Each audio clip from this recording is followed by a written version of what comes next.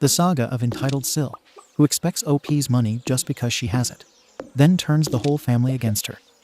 They ganged up and physically assaulted her, tried to kidnap her kids, and got themselves arrested. Burner account since people I know follow me on Reddit. I can't go into too many details due to anonymity. Also, very, very long story. Apologies. To start, I'm 46, married, and have 3 kids. 10 years ago, we came in with a lot of money. I worked hard in my specific field, which earns a lot. I made some smart investments, and they paid off. I have been steadily adding to my bank account for these years. My husband considers this my money. We don't have a prenup. Hence, I will talk as if it were mine. When the first payload came in, I did what my husband and I always discussed, if we would have the money. The mortgage was paid off.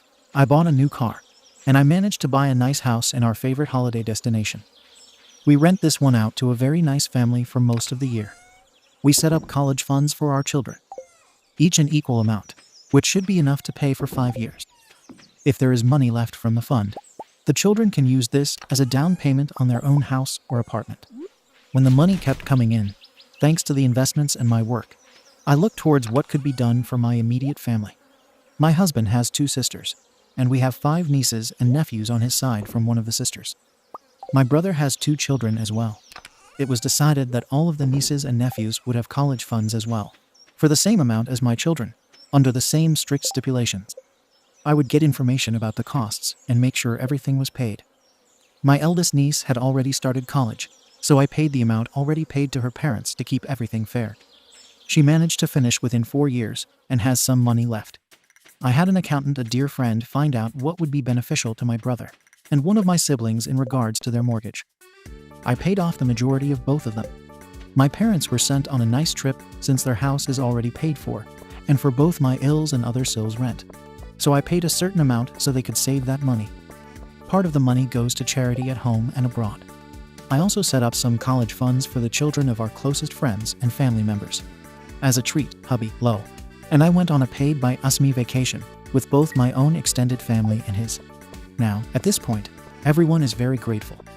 However, one of the SILs always has a need to be in the spotlight, or that one or all of her children need to be. She's nice to my face, but I know for a fact that she has been bad-mouthing me, making passive-aggressive remarks about me, my work, and my person, but always in such a manner that you would be the B or RC hole if you said something. My usual tactic, and one that always works, is to play the innocent or dumb one and nitpick on what she says. I have managed to shut her up many times without being classified as a B. So the past few years, SIL has been hinting that I should pay for a very nice, all-inclusive resort holiday for her and her family abroad, since I have the money. Note: they have money saved that would initially be used for the college funds of their kids. Money that has barely been used. COVID hit, and she has been silent. She and her husband took and still take it very seriously.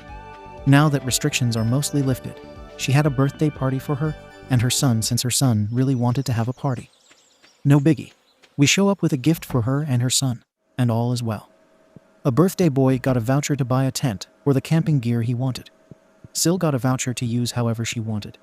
I added some sunscreen, drinks, and such, as I knew she wanted to go on a holiday of some sort.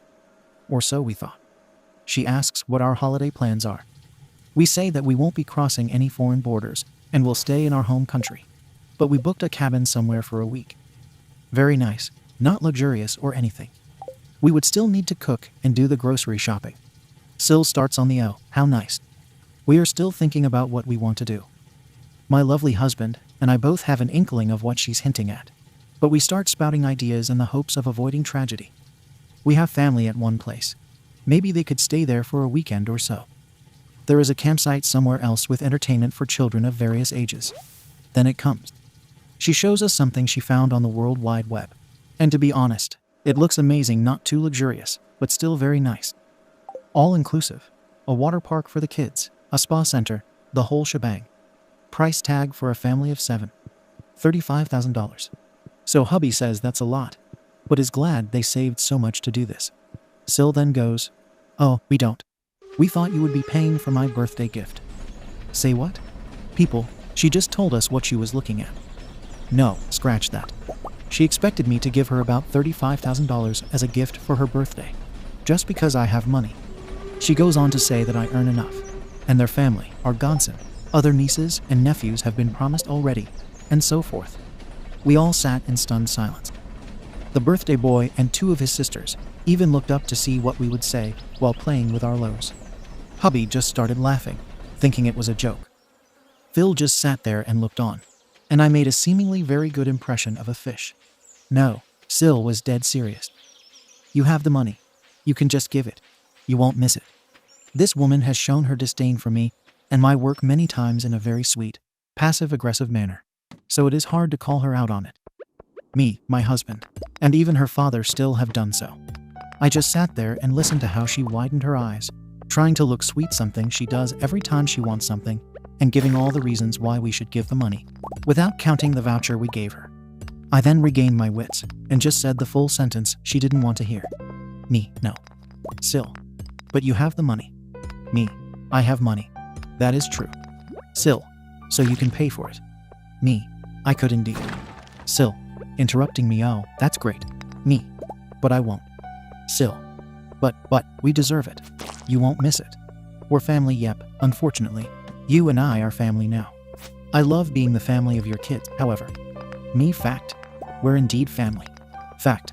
We all deserve a nice holiday after the fluff show called COVID. False. I would surely miss it since it wouldn't be in the bank account.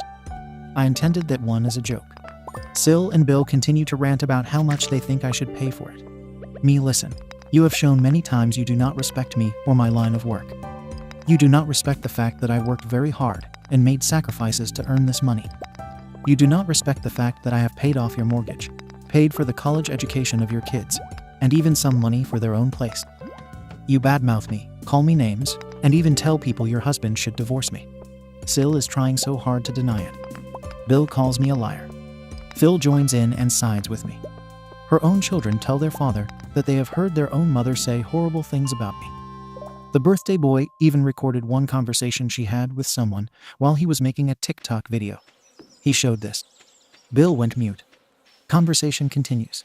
SIL notices she won't get the expensive holiday she wanted. Fine, then don't pay for this holiday. The least you can do is pay for our plane tickets and let us stay at your favorite holiday destination. Remember renting it out to a local family for most of the year. Due to COVID, they have to stay there because they can't or are afraid to travel. Me, not happening. First of all, the family can't leave. Second, you don't get to make demands. The voucher you got has a very generous amount of money on it for you to use the way you please. Maybe toward a holiday. Third, we already went on a paid by us me holiday, so you got a paid for holiday already. Fourth, if you want more money, then get a job that will pay more. You have a degree. Last, you treat me like crap and still expect me to just hand over my hard-earned money. SIL starts the waterworks and turns to her father, who completely sided with me. He told her he understood me. He told her he knew how hard I worked and the sacrifices I and my husband made for this. Hubby is pissed. He sees red and tells his sister in no uncertain terms that this won't be happening. And how dare they? He tells her that we're leaving. We pack up the kids and go home. Later, we get a call. Mill has FM tendencies, as this SIL is her favorite. She tries the whole spiel on how hard they had it before I came into money and helped them, etc. Hubby dealt with her perfectly, and she understood after a lengthy conversation. Now here is where I just laugh. Apparently SIL's kids are pissed that she pulled this stunt and went full rebel mode. We have a great relationship and seemed afraid that this would influence it. They managed to come by, and we had a heart-to-heart. I told them we didn't blame them for the actions of their parents. I explained to them the reasons for not handing out money like that after the initial gifts. The youngest seemed to side more with mom and dad, but the rest said they understood. They know about their generous college and home funds. I stated to them that we wouldn't want them to do anything against their parents, as they still live there. They stayed for dinner and then went home.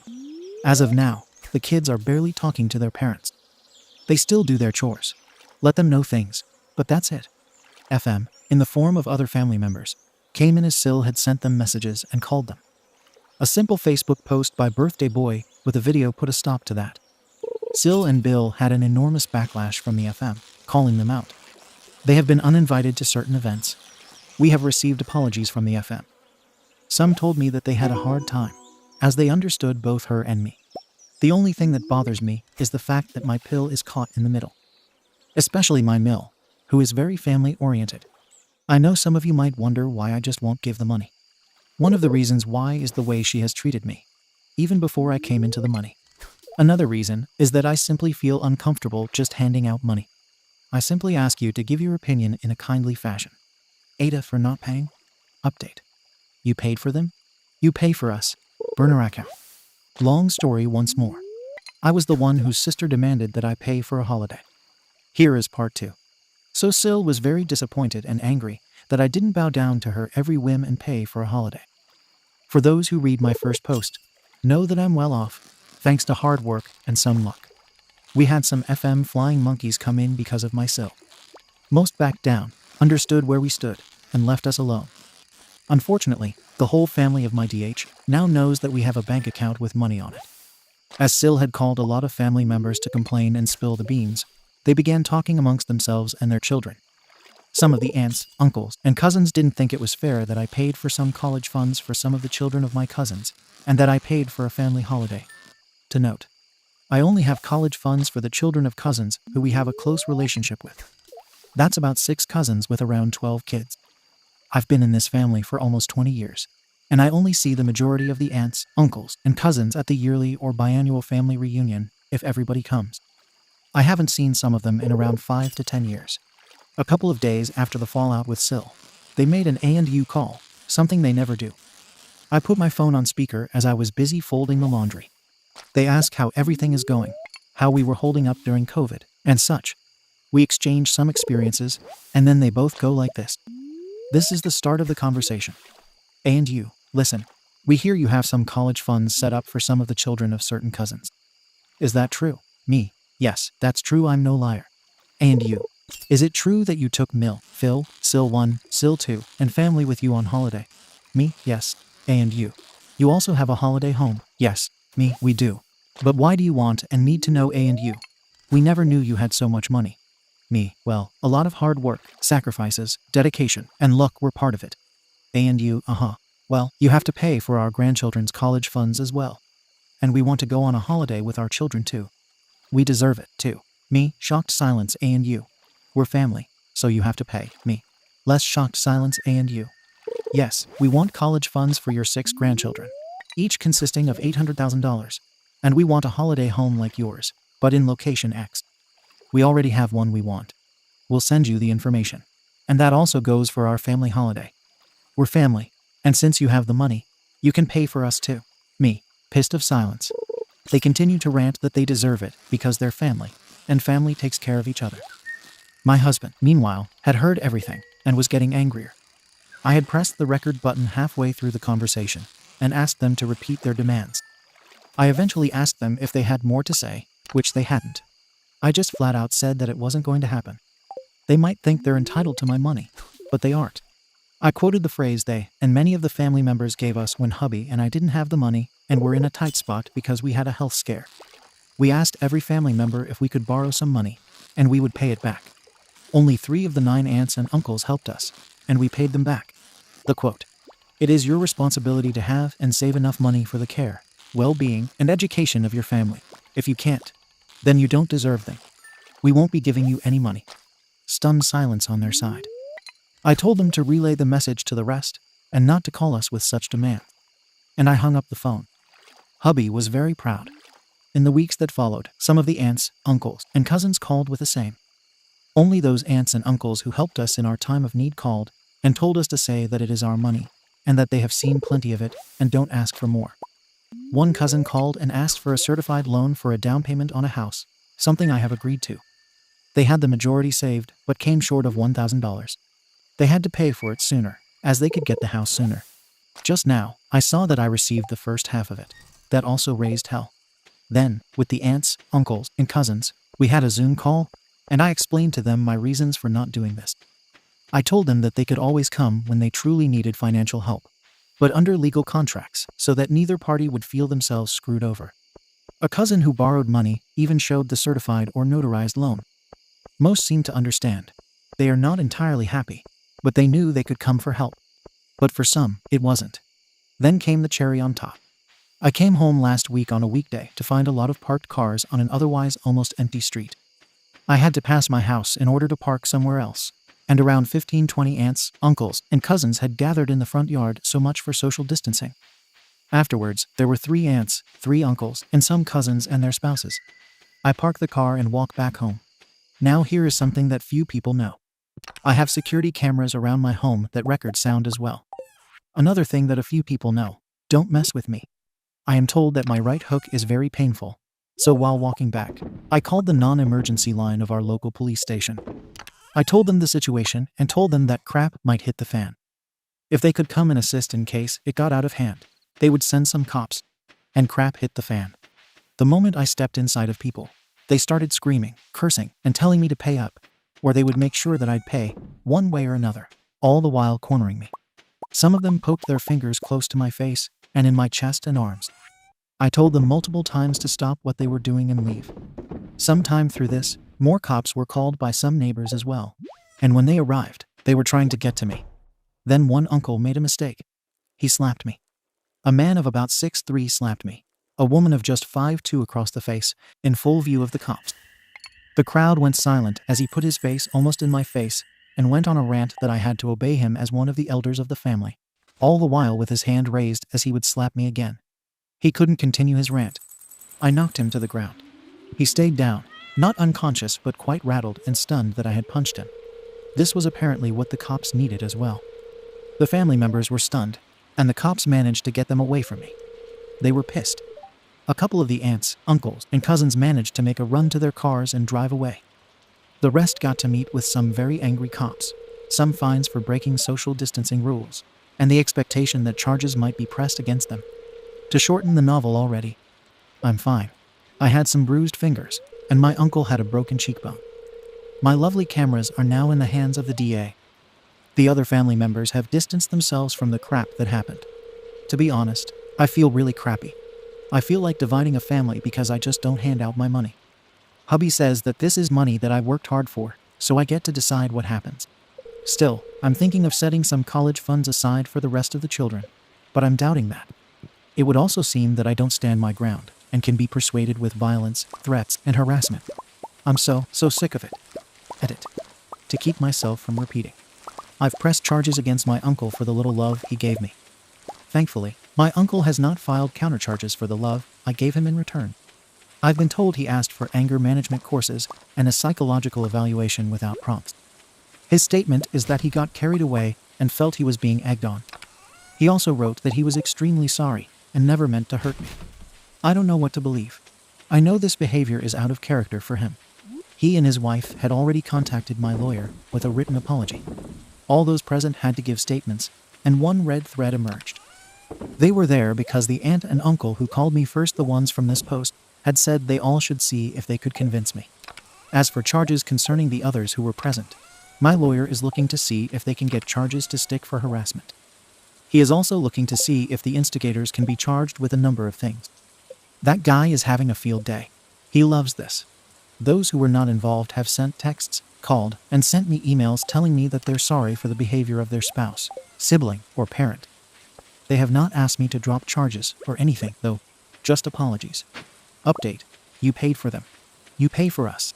A short update on my previous post. I also want to cover some of the comments without repeating myself.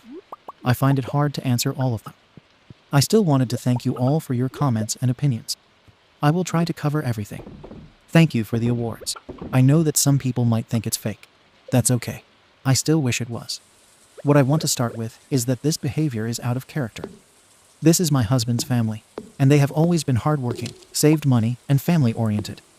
They do not all have jobs that earn a lot. Them not loaning money when we need it is because they don't like loaning money. They were afraid of not getting it back, as they also needed it. However, the comment they made then hurt. We talked about it at the time. They understood it then and apologized. Also, hubby and I have a strong feeling that Blabbermouth SIL has said some things to them for them to go nuts. At the moment, this is just a hunch. We'll see what time will tell us. So for them to pounce on me like this is not normal behavior for them. It doesn't change a thing, though. Since the incident, I have talked to cousins, aunts, and uncles. On the advice of my lawyer L, I sent an email saying that I do not want to be contacted by them at this point, as the visitors might face a lawsuit, as does Little Love Tap Uncle LLTU. I gave them the contact information for L if they so wished or needed it. I asked them to respect this. I also advised the visitors and LLTU to seek legal advice due to the circumstances. As of now, they respect this, as we have not received calls, texts, or emails. Only one cousin is in contact with hubby. This is the cousin who has the certified loan, and thus we need to be in contact with each other. He told hubby that the visitors and LLTU are very ashamed of themselves and realize they fluffed up enormously. He has heard some talk about mediation. LLTU even cried in front of him. A man who never cries. It seems genuine, but I'm cautious. I've read the responses and don't feel guilty anymore. I'm a person who always helps when needed. Even when we didn't have a lot of money, people were always welcome to stay for dinner and a night or two to get back on their feet. I have always felt lucky and blessed that I had a roof over my head, 3 meals a day, and clothes on my back. Hubby and I discussed that we won't be offering any kind of fund for the other family members, their children or grandchildren. However, we are open to certified loans like our cousin has, but we have decided that we won't be sharing this view for now. I'm not going to punish people for the actions of their parents or grandparents. Some people said that I should move and change my number. No, I won't do that. I'm not going to move because of what happened. We live in a safe neighborhood with neighbors who take care of each other. Also, as of now, this is an isolated incident. I did block them on my phone and social media. My number is known to many official authorities. And again, as this is an isolated incident for the time being, I won't. Hubby chose not to block them, and any contact with them has been through him, in case they want to message him and say things that could be used in court. He wants to keep tabs on them for as long as that is possible. I'm okay with this. All the correspondence has been saved. L and I have a Zoom call planned for the next week. I have let him know what my cousin said. He also hopes to have heard something from the DIA then. He said that mediation is an option, and wouldn't be surprised if the DIA would look into this, if the visitors and LLTU are open to this idea. There might still be legal consequences for them. He has some ideas, but it also depends on the DA and what the visitors and LLTU plead. L told me that he had some time to read some of the statements and view parts of the footage. Up until now, their stories are consistent with the footage he's seen. At this point, I want their actions to be recorded somewhere and have consequences for them. You do not get to threaten me, possibly my family, and harm me without getting your behind kicked at least once. Let them be scared crapless at this point. The footage is in the hands of the DA and my lawyer. Also, a neighbor has also recorded what happened, and that is also in the hands of the DA and my lawyer. The neighbor also gave a statement. I also have the footage saved in other places. You never know. Neighbors know what happened. I sent them flowers with an apology for the disturbance. They appreciated the gesture. Neighbors are not afraid, thankfully, and have promised to keep an eye on things. Angel neighbors, really. I don't consider myself a hero. I just try to be a decent human being. I don't flaunt the fact that we have money. We live in a normal home on a normal street. We don't wear expensive clothes. The car I bought 10 years ago was brand new then, and the baby is still going strong. It has some dents and scratches on it, but the baby works. I'm not going to buy a new car if this one is still working. The same goes for hubby's car. Kids have their own chores and get pocket money, but if they want something extra, they can do extra chores for some extra spending money. They also have to save part of their pocket money. We want to teach them the value of money. The eldest realizes that we have a full bank account, but has also seen what it has cost. Kiddos want a Switch at the moment, so they're saving money for that now. We will pay for a certain amount, and the rest they have to get for themselves. So we just try to be an average family. I hope I covered all the comments and questions. Thanks again for reading. Update. And more family came out of the woodwork. I thought to give a little info about the current goings on here. The cast. LLTU equals Little Love Tap Uncle, the one who slapped me. The visitors were aunts, uncles, and cousins who came to try and persuade me to give them money. L equals our lovely lawyer. Blabbermouth equals SIL, who couldn't keep her mouth shut and blabbed all kinds of things to the family. CLC equals certified loan cousin, who asked and got a certified loan. He has since paid it back. First, I am dealing with some health issues. Not COVID-related, thankfully, but I will need some surgery. There will be a lawsuit against LLTU and the visitors. When? The date is set for January at this point. Let's hope it doesn't get postponed. Hubby and I have written a letter that our L could read in court in the event that we won't be able to be there, either in person or on a video call. Blabbermouth's role is becoming clearer, but since we don't have the full picture yet, I will update later. LLTU had a minor fracture of his cheekbone, apparently. There was nothing major, and he didn't need any surgery. Hubby, L, and I have had some good and honest conversations about my own behavior. L is a friend I know from way back, and he says that although I am quite the gentle soul, I can also be strict, direct, and have a no-nonsense attitude. I have always been family-oriented and want to help others. Unfortunately, this has proved to be my downfall. L and hubby agree that I can be more no-nonsense and stricter when it comes to family as well. I recognize this. I tend to sweep things under the rug because of family. Stupid me. Since then, I have gotten great feedback from both of them and have sought out a therapist who says I have made improvements. Since the visit, hubby and I have been contacted by many family members from his side, mostly to ask questions about, as they just heard one side of the story and things were unclear to them. Some of them were understanding of the situation. They were honest that they felt left out, but as one cousin said, to be honest, I would not have thought of you either if something like this had happened to me. They repeated that they would appreciate any gesture, but that it was not their money to decide. Unfortunately, there were some family members who came to the defense of the visitors and asked, what was the big deal? I had plenty of money. Just share, as you won't miss it. Here we go again. They have been sending us messages on a daily basis, hello, harassment charges, telling us that we were selfish people and that family should share when good luck came their way. Then one day, we received a request for a Zoom call from a cousin who had not spoken to us at all. We accepted, only to find out that it was the virtual ambush of the visit. Some family members had gathered online from their separate homes to talk to us.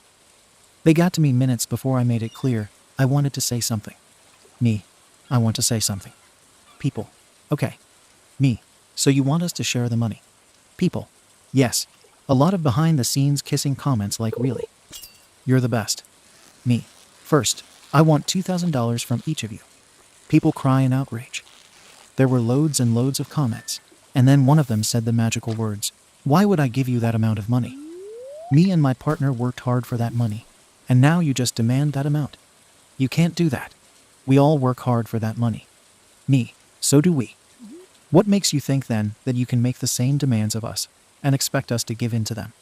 I will be honest and say that I loved the embarrassed silence that followed.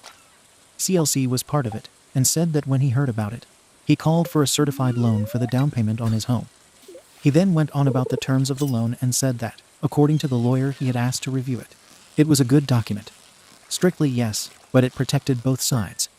Hubby and I did tell them that CLC was given the loan because he asked for it nicely and agreed to a certified loan. One of them asked if we would do that again. We told them point blank that if they wanted to borrow money, we wouldn't be sure to agree to it because of a couple of things. 1A.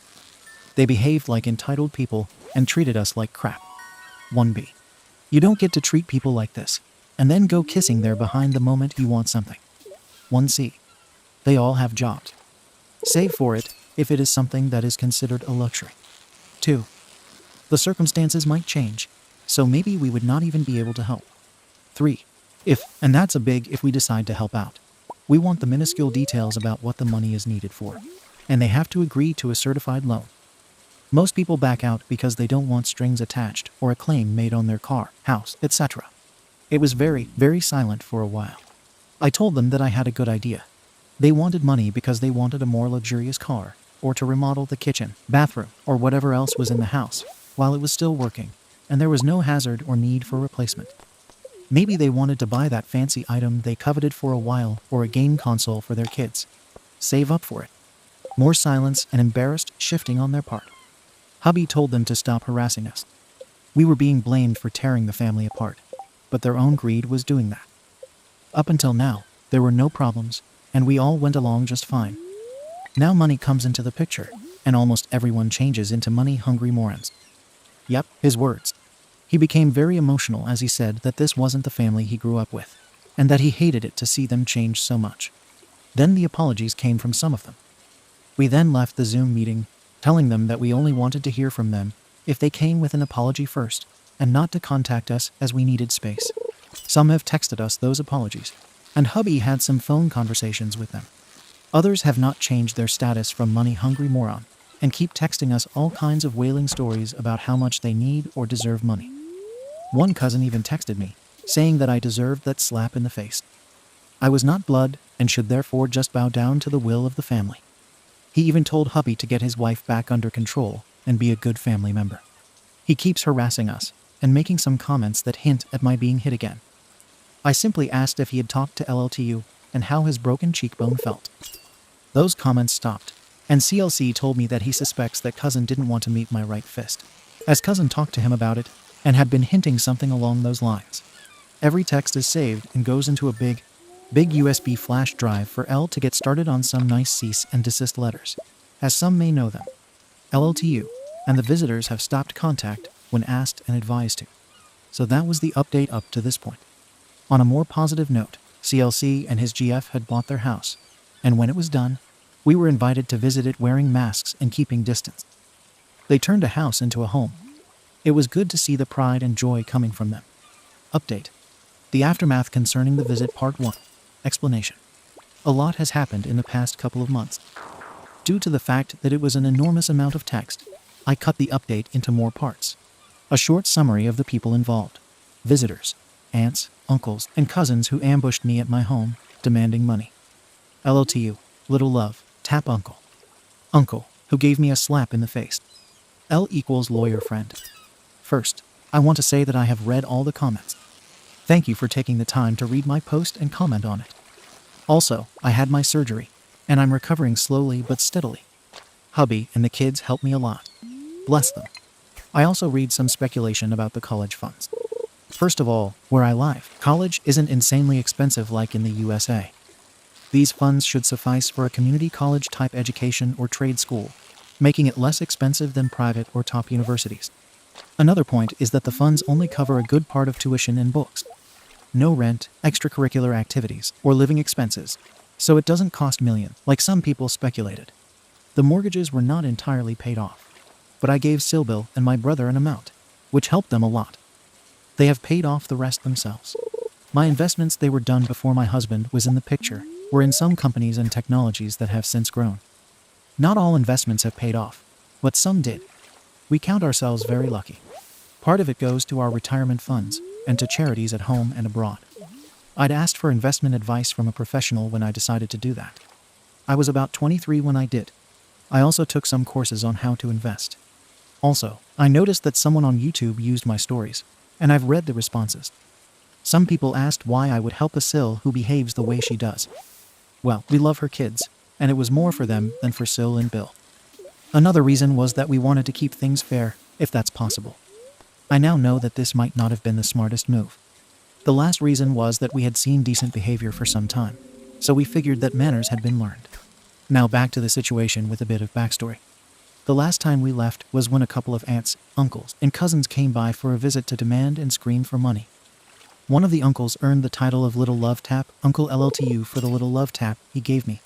One of the cousins who had a loan has paid everything back. I asked the family not to contact me, but to contact my lawyer L instead. They have mostly respected that. They did ask for a Zoom call in which they could explain everything. L, hubby, and I agreed to do so after the court cases were over with. Also, the $800,000 was a total for all the grandchildren of the remaining family members. I finally got that one. Some people doubted that, and thus I went over the recording again. Sorry for the misinformation. We later found out that they had just come up with a number and would just see how it would end. LL2's broken cheekbone was not broken, just severely bruised. The grapevine is not always reliable. Also, we had some harassment from family members after the virtual visit. On to the update. I don't know all the details of the court cases as I couldn't be present, not COVID, but other health-related issues. Let me say that first.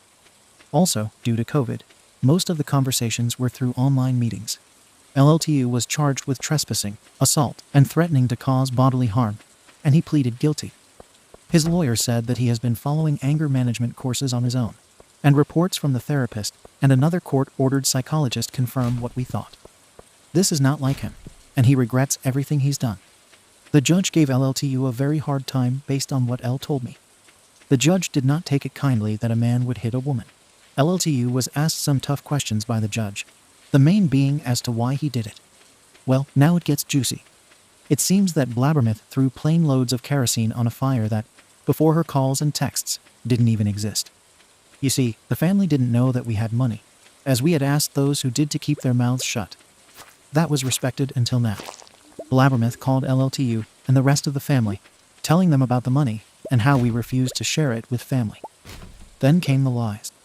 Blabbermouth turned on the waterworks, telling them and other family members that I made fun of their financial situation, flaunted my wealth, and was overall mean, disrespectful, and spiteful.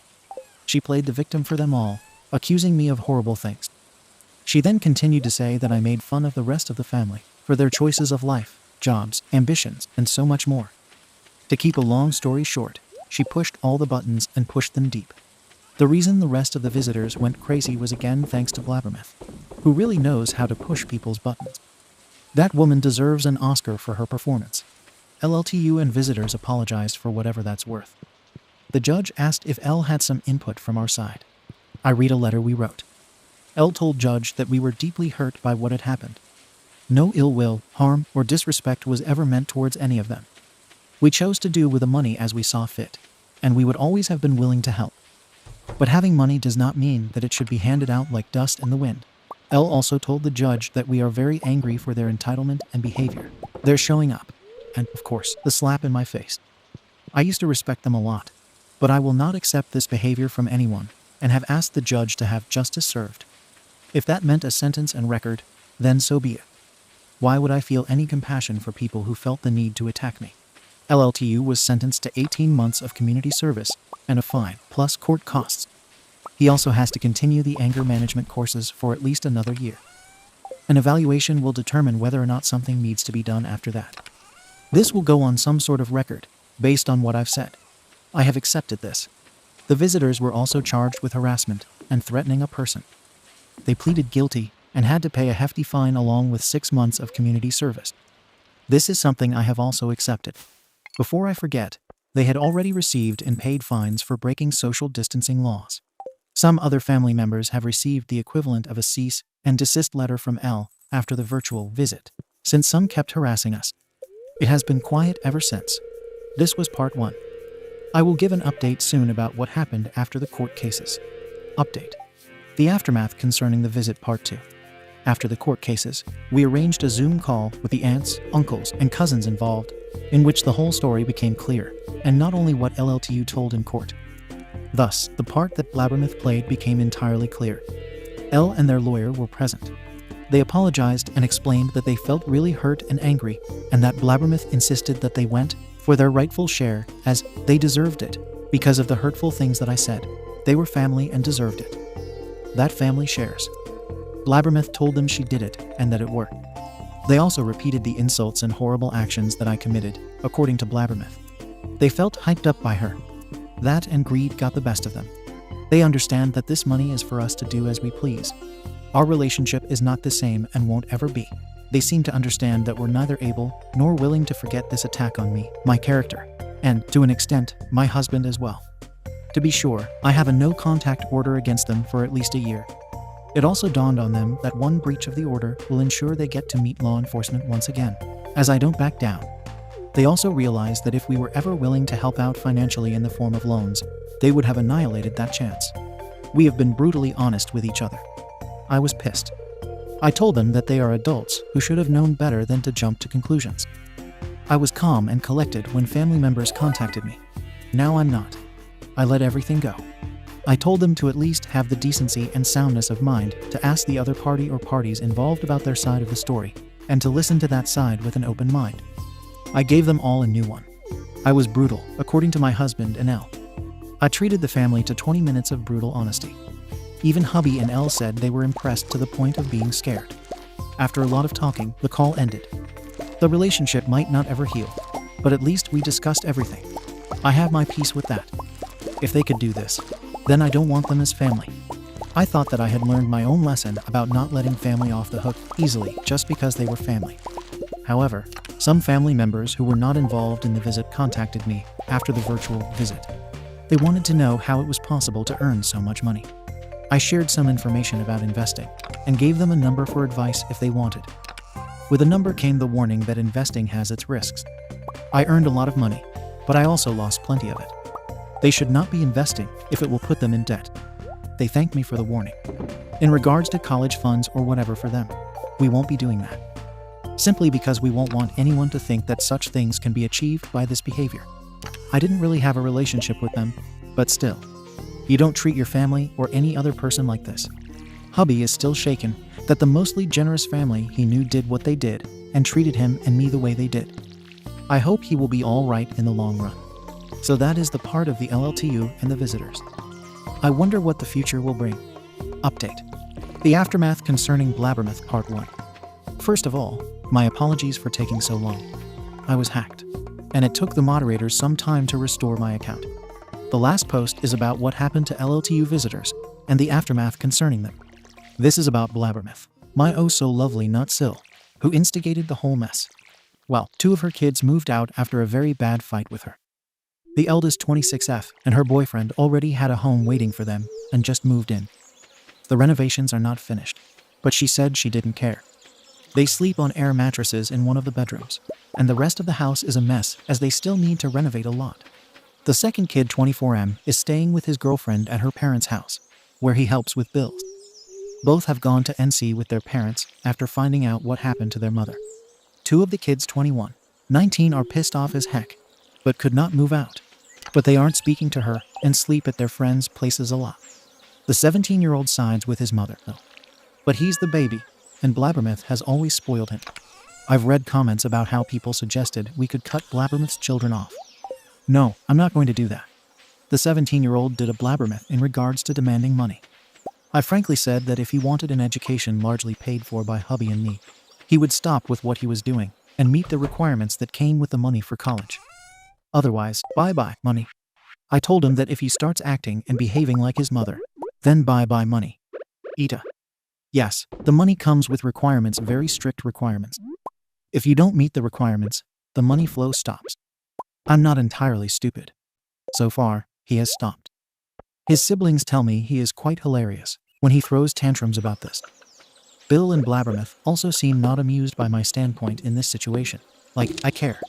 The rest of the family also let her know what they thought. They called her, gave her a piece of their minds, and went full-blown NC. Blabbermouth and Bill are now pariahs in the family. Some cousins would help them with a paint job, but that is not happening. Another uncle, who checks their car every year for a reduced fee, told them to find another garage for help. Another cousin would renovate their roof. He gave them the money they had paid back and told them to find someone else. Mill is heartbroken. That hurts. I don't think she ever thought her own child could or would do this and break up the family. She still has contact with grandkids, but her and Blabbermouth's relationship is strained. The same goes for Phil. Every Saturday we would have coffee with immediate family Mill, Phil, Blabbermouth, and Bill, and the kids if they had time, us and other SIL. We still see them, but we don't go there if we know Blabbermouth will be coming too or is already there. That has meant that the times we were there and saw her coming, we immediately packed our things and left. Blabbermouth had been badgering hubby, me, and the kids, alternating about how sorry she is, and that she didn't mean for this to happen, and acting like she did nothing wrong. One time she called hubby, who put the phone on speaker once, as I was curious as heck, and wanted to hear how she dug herself deeper into a pile of crap. She didn't disappoint. I had to laugh hysterically when she spewed her crap through the phone. I told her that if she didn't want it to happen, then why did she do it? Why did she tell all those lies? She just wanted money and employed the family as her minions to do her bidding. Because if I paid for them, I could pay for her, right? She was silent. L is looking to see if any legal action can be taken against Blabbermouth.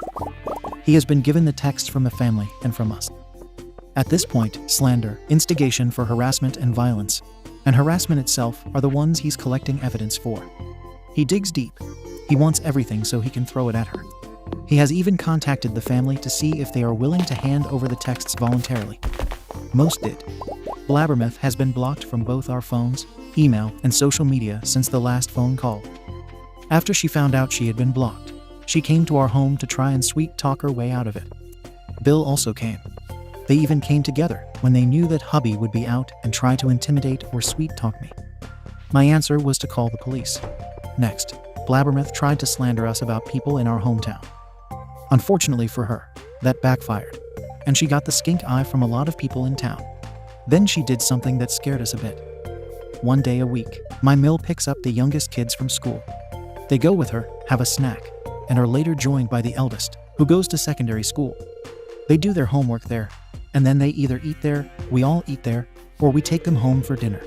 Mill is always early, but due to a doctor's appointment, she and Phil ran late. Blabbermouth was waiting at the school for our youngest kids. Why? We don't know. The kids thankfully saw her and stayed inside the school. Eldest son had finished school early and had decided to go to his siblings' school to go with them in Mill. He saw his aunt and walked inside the school to wait for Mill with his siblings. Blabbermouth left shortly after. She was brought up to date on the situation and promised to call the police immediately if she was spotted again. In the meantime, we are waiting for approval for an NC order against her and Bill. We have also moved to a different place. Initially, we didn't want to, but due to what happened, we thought it might be best to do so. Other people heard what happened and were very friendly all of a sudden. In the town where my brother lives, there is a nice place. The house is similar to ours. Our kids also know kids their age, so a school isn't a problem in that regard. They start there in September. Eldest can still go to his school as there is a good bus connection with a short bus ride. A good thing is that my brother lives a 2-minute walk from our house, and the neighbors are also very nice and welcoming. My parents have moved to a smaller home close by. And no, we didn't pay for it. My parents were adamant we wouldn't. The only thing we paid for was the rent of a moving truck and good insurance for us. As Mommy Dearest was frothing at the mouth because we paid for it. She doesn't want that. When hubby and I are working, they come around sometimes to keep an eye on the house. We don't mind. They have never done anything to cause mistrust. We are looking into how we can protect ourselves further. Hubby, L, and I are looking at all the legal things concerning this. Our house also has some security measures, like cameras with audio and video. They record, and images are stored. At this point, things are calming down. We are still close with my husband's other sister, my brother, and other family members who were not part of the mess. So this was the update, part 1, on Blabbermouth. I'll post the second part later. Update. The aftermath concerning Blabbermouth part 2. This is part 2 concerning Blabbermouth.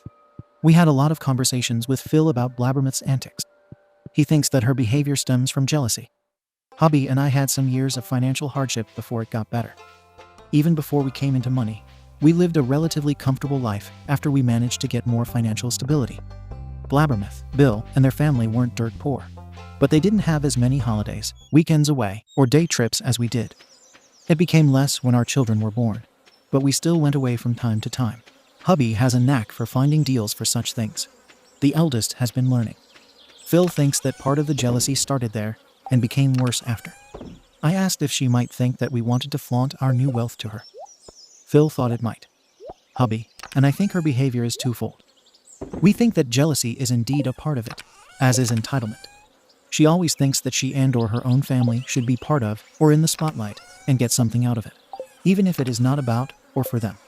She seems to think that she deserves all kinds of things. According to hubby, this started in childhood and has continued into adulthood. I also asked my Phil why she disrespects me and my job. Phil stated that that may be jealousy as well. I managed to go through college and get my bachelor's and master's degrees. I've always worked, although less when our children were born. She didn't follow any higher form of education. She's got her education as a child care provider for daycare centers, and that's it. She stopped working for a number of years and has cleaned homes for a couple of years to earn a bit of extra cash. Phil thinks that my educational rap sheet, as he jokingly called it, impressed her and made her jealous. I earned a great deal more before my investments started to generate money. I wonder if I did right by helping them out. My intentions were good. I know the importance of education, and I knew that the kids would have difficulties following any form of college education without amassing a huge amount of debt, either for themselves or their parents. My parents worked hard to provide for my brother and me so that we wouldn't need to start our adult lives in debt. Our nieces and nephews are very grateful for everything we did and do for them. They know about all the effort that went into it. At this point, we are also in no contact with Bill or Blabbermouth. They don't know our current address, and we have a PO box in a different town. I also changed my phone number, although I kept the other one for business purposes and to gather evidence. We have been awarded a temporary no-contact order from the court. Blabbermouth and Bill are not allowed contact in any way, not even through a third party. We are trying to get one for at least a year, maybe 2 if that's possible. She is also facing charges of defamation, instigating violence, and harassment. L is digging deep and throwing anything he legally can at her. The one thing I'm grateful for is that our friends never changed. They knew, and they didn't care. They said that they knew that we had money, and that it didn't matter to them. What mattered was that we were there for them, and with them in the good and bad times. Mill and Phil do know where we live, but they don't have the address on paper. Hubby drove them over one time. Hubby made it very clear to Mill that, under no circumstances, she is going to show or tell anyone else where we live. People want to see us. She can pass on the message and phone number to us, and we'll call them. What is the reason for this? Well, Mill has a soft spot for Blabbermouth. Mill has been asking if any reconciliation is possible. We said, at this point, no. Blabbermouth is not even remotely sorry for what she has done. She is trying to deny everything that happened, and she even tries to blame us. She has destroyed our relationships with family members on her own. So no. Mill tried to get us to forgive Blabbermouth, as she didn't mean it, didn't want it to happen, and such. Truth be told, I lost my cool at that point. I love Mill to death. Really, I do. She is such a sweet lady, and she has done so much for us, especially concerning our children. But I told her the same thing as I told Blabbermouth. She should be happy with the things that were given to her and her children. But no, she had to get greedy. I got slapped for crying out loud. I got threats against my life, my husband's life, and the lives of my children. Even if it was said in the heat of the moment, like, what the actual heck? Eventually, I got up and left. Hubby and Phil talked to her, and made it clear that it's not up to us to do anything to repair anything. That ball is in Blabbermouth's court. I did apologize to Mill for losing my cool, but not for the message. That remained the same. This situation has shaken me to my core. I have done things that go against my nature. Even without money or debt, people were always welcome to eat at our table and stay over. Now I keep wondering if people tell me their sob stories because they want money from me and do not care about me as a person. Just an ATM, nothing more. Do I regret helping out? Yes and no. The 4 eldest children of Blabbermouth are doing great. The same goes for other SILs, my parents, and my brother and his family. CLC is doing great. He and his girlfriend have some plans for their home and are saving up for them. He asked for investment advice. I gave him websites for courses and the phone number of the person who helped me all those years ago. We also made a savings plan, and I helped them budget. I do that as a volunteer for an organization that helps people in debt. My regret is helping out Blabbermouth herself and letting her share in the good fortune. But I can't help but wonder, what would she have done if we hadn't helped her? Probably just the same. She'll rear her ugly head in my life from time to time, of that I'm sure. If that's the case, my dear friend L will get the opportunity to sharpen his lawyer knives and have fun. As of now, we are waiting for Blabbermouth's court case. Update. Are you kidding me? I don't believe it. This is a joke. It has to be a joke. L equals lawyer friend. First joke. I think someone has found out where we live. We woke up last Sunday to find the tires of the cars slashed. All of them. Not only that, it has some wonderful artwork on both sides of the car, aka it was scratched. So what did little old me and hubby do? If you guessed check the security footage, pat yourself on the back. You got it right. Our cars have dash cams that record 24/7 and are parked several streets over. Security measure number. I lost track of them all. We take them out, place another set, and look at the footage while saving recordings. You can guess again who you think it was. Did you guess Blabbermouth? Then I'm sorry to disappoint you. It was one of hubby's cousins, the one who thought that I should just hand over the money, bow down to the will of the family, and that hubby should get his woman in line. Remember him? I certainly do. Police were called, and we handed over security footage alongside pictures of said cousin's social media, address, phone number, and email. Better be thorough, right? Afterwards, hubby called his mother to see if she, either by accident or not, spilled the beans. For now, she didn't. She and Phil are thinking hard about whether they might have missed something. I called my family, and they are also thinking hard if they say something to someone. And second joke. Blabbermouth and Bill have filed a lawsuit against me, and, to an extent, hubby. Guess for what? If you guess defamation, then dance your own wonderful dance. Since Blabbermouth is a social pariah in the family, and in her hometown. She blames me for all her woes in this. People in her hometown talked, and a lot of people looked at her with an upturned nose. They don't like that at all. Life has become somewhat uneasy for them. I wonder why. She's claiming that I'm the one who apparently blabbed outrageous lies to people in the town's gossip machine and caused her drama. The fun part is that it was her own mother. Because she was so upset with what was happening, she talked and told a lot of people. Elle is still rolling over the ground, laughing. They demand compensation for their ruined reputation. They are willing to settle to keep it out of court. He has already started on the answer. When I saw the letter, I was angry and humorous at the same time. Really, Blabbermouth? That's your game plan now? Very well. Game's on. So who else's jaw has dropped to the depths of the sea? Update. Update on cousins and lawsuits. I have a small update on the cousin who decided to use our car to vent his frustrations, as well as on the lawsuit Blabbermouth hit us with. Cousin has probably lost his job, or is having a lot of trouble there. Apparently, his boss got wind of the fact that he vandalized our cars and was caught on camera. I don't know how he found out, and frankly, I don't care. The boss is not happy at all. From the family members that don't have a NC order against us, we hear two different tales. What I know for certain is that at my cousin's job, the stunt he pulled got him into serious trouble. We also have a temporary NC order against him. Damages are set to be fixed in 2 weeks. Cousin has been told the amount of damage he has caused. He can pay for it out of his own pocket, as, of course, insurance companies don't pay for idiots destroying other people's cars. He will also see the inside of a courtroom in either August or September. We also found out how he found our cars. His friend lives in the same neighborhood as us. We didn't know this. The cousin seemed to have told his friend his version of events, and his buddy told us he saw us in the neighborhood. I wonder what friends think now after what their cousins did. As for the lawsuit, let's make the people clear. L equals lawyer friend. BL equals Blabbermouth's lawyer. My dear lawyer friend has had his batch of cookies, and he loved them. He also replied to BL, sending some of what he had on texts, voicemails, and emails, with a note that if Blabbermouth didn't drop the lawsuit, we would counterfile and demand compensation of whatever kind. There are people who think that Blabbermouth lied to her lawyer. She, of course, did. She told a bunch of lies and decided to fabricate evidence to prove it. I saw it. BL didn't like it and dropped them as clients. I couldn't help but want to be a fly on the wall when BL told Blabbermouth that. Let's see what she'll do next. I'm halfway wondering if I should get popcorn and soda for this. Update. How an entitled cousin met Frou-Frou. Hey people, I have another update on entitled cousin, or Ek for short. He's the douchecano who said I should bend to the will of the family. I'm out of ideas for a nickname. LR lawyer friend is also mentioned. We're still waiting for the court meeting, but some charges are being added next to vandalism and destruction of personal property. No, he didn't scratch our cars or slap our tires this time. Smart man. Instead, he got to meet Frou-Frou, our neighbor's dog, and our neighbor in.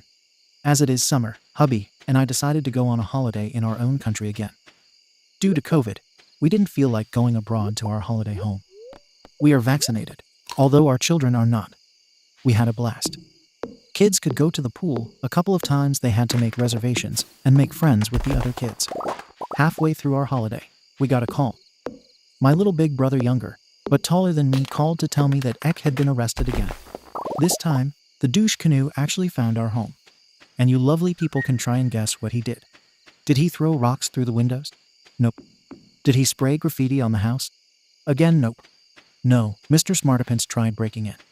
Our home has a big wooden fence around our backyard, but the position of the wooden planks makes it impossible, or at least very difficult, to climb them.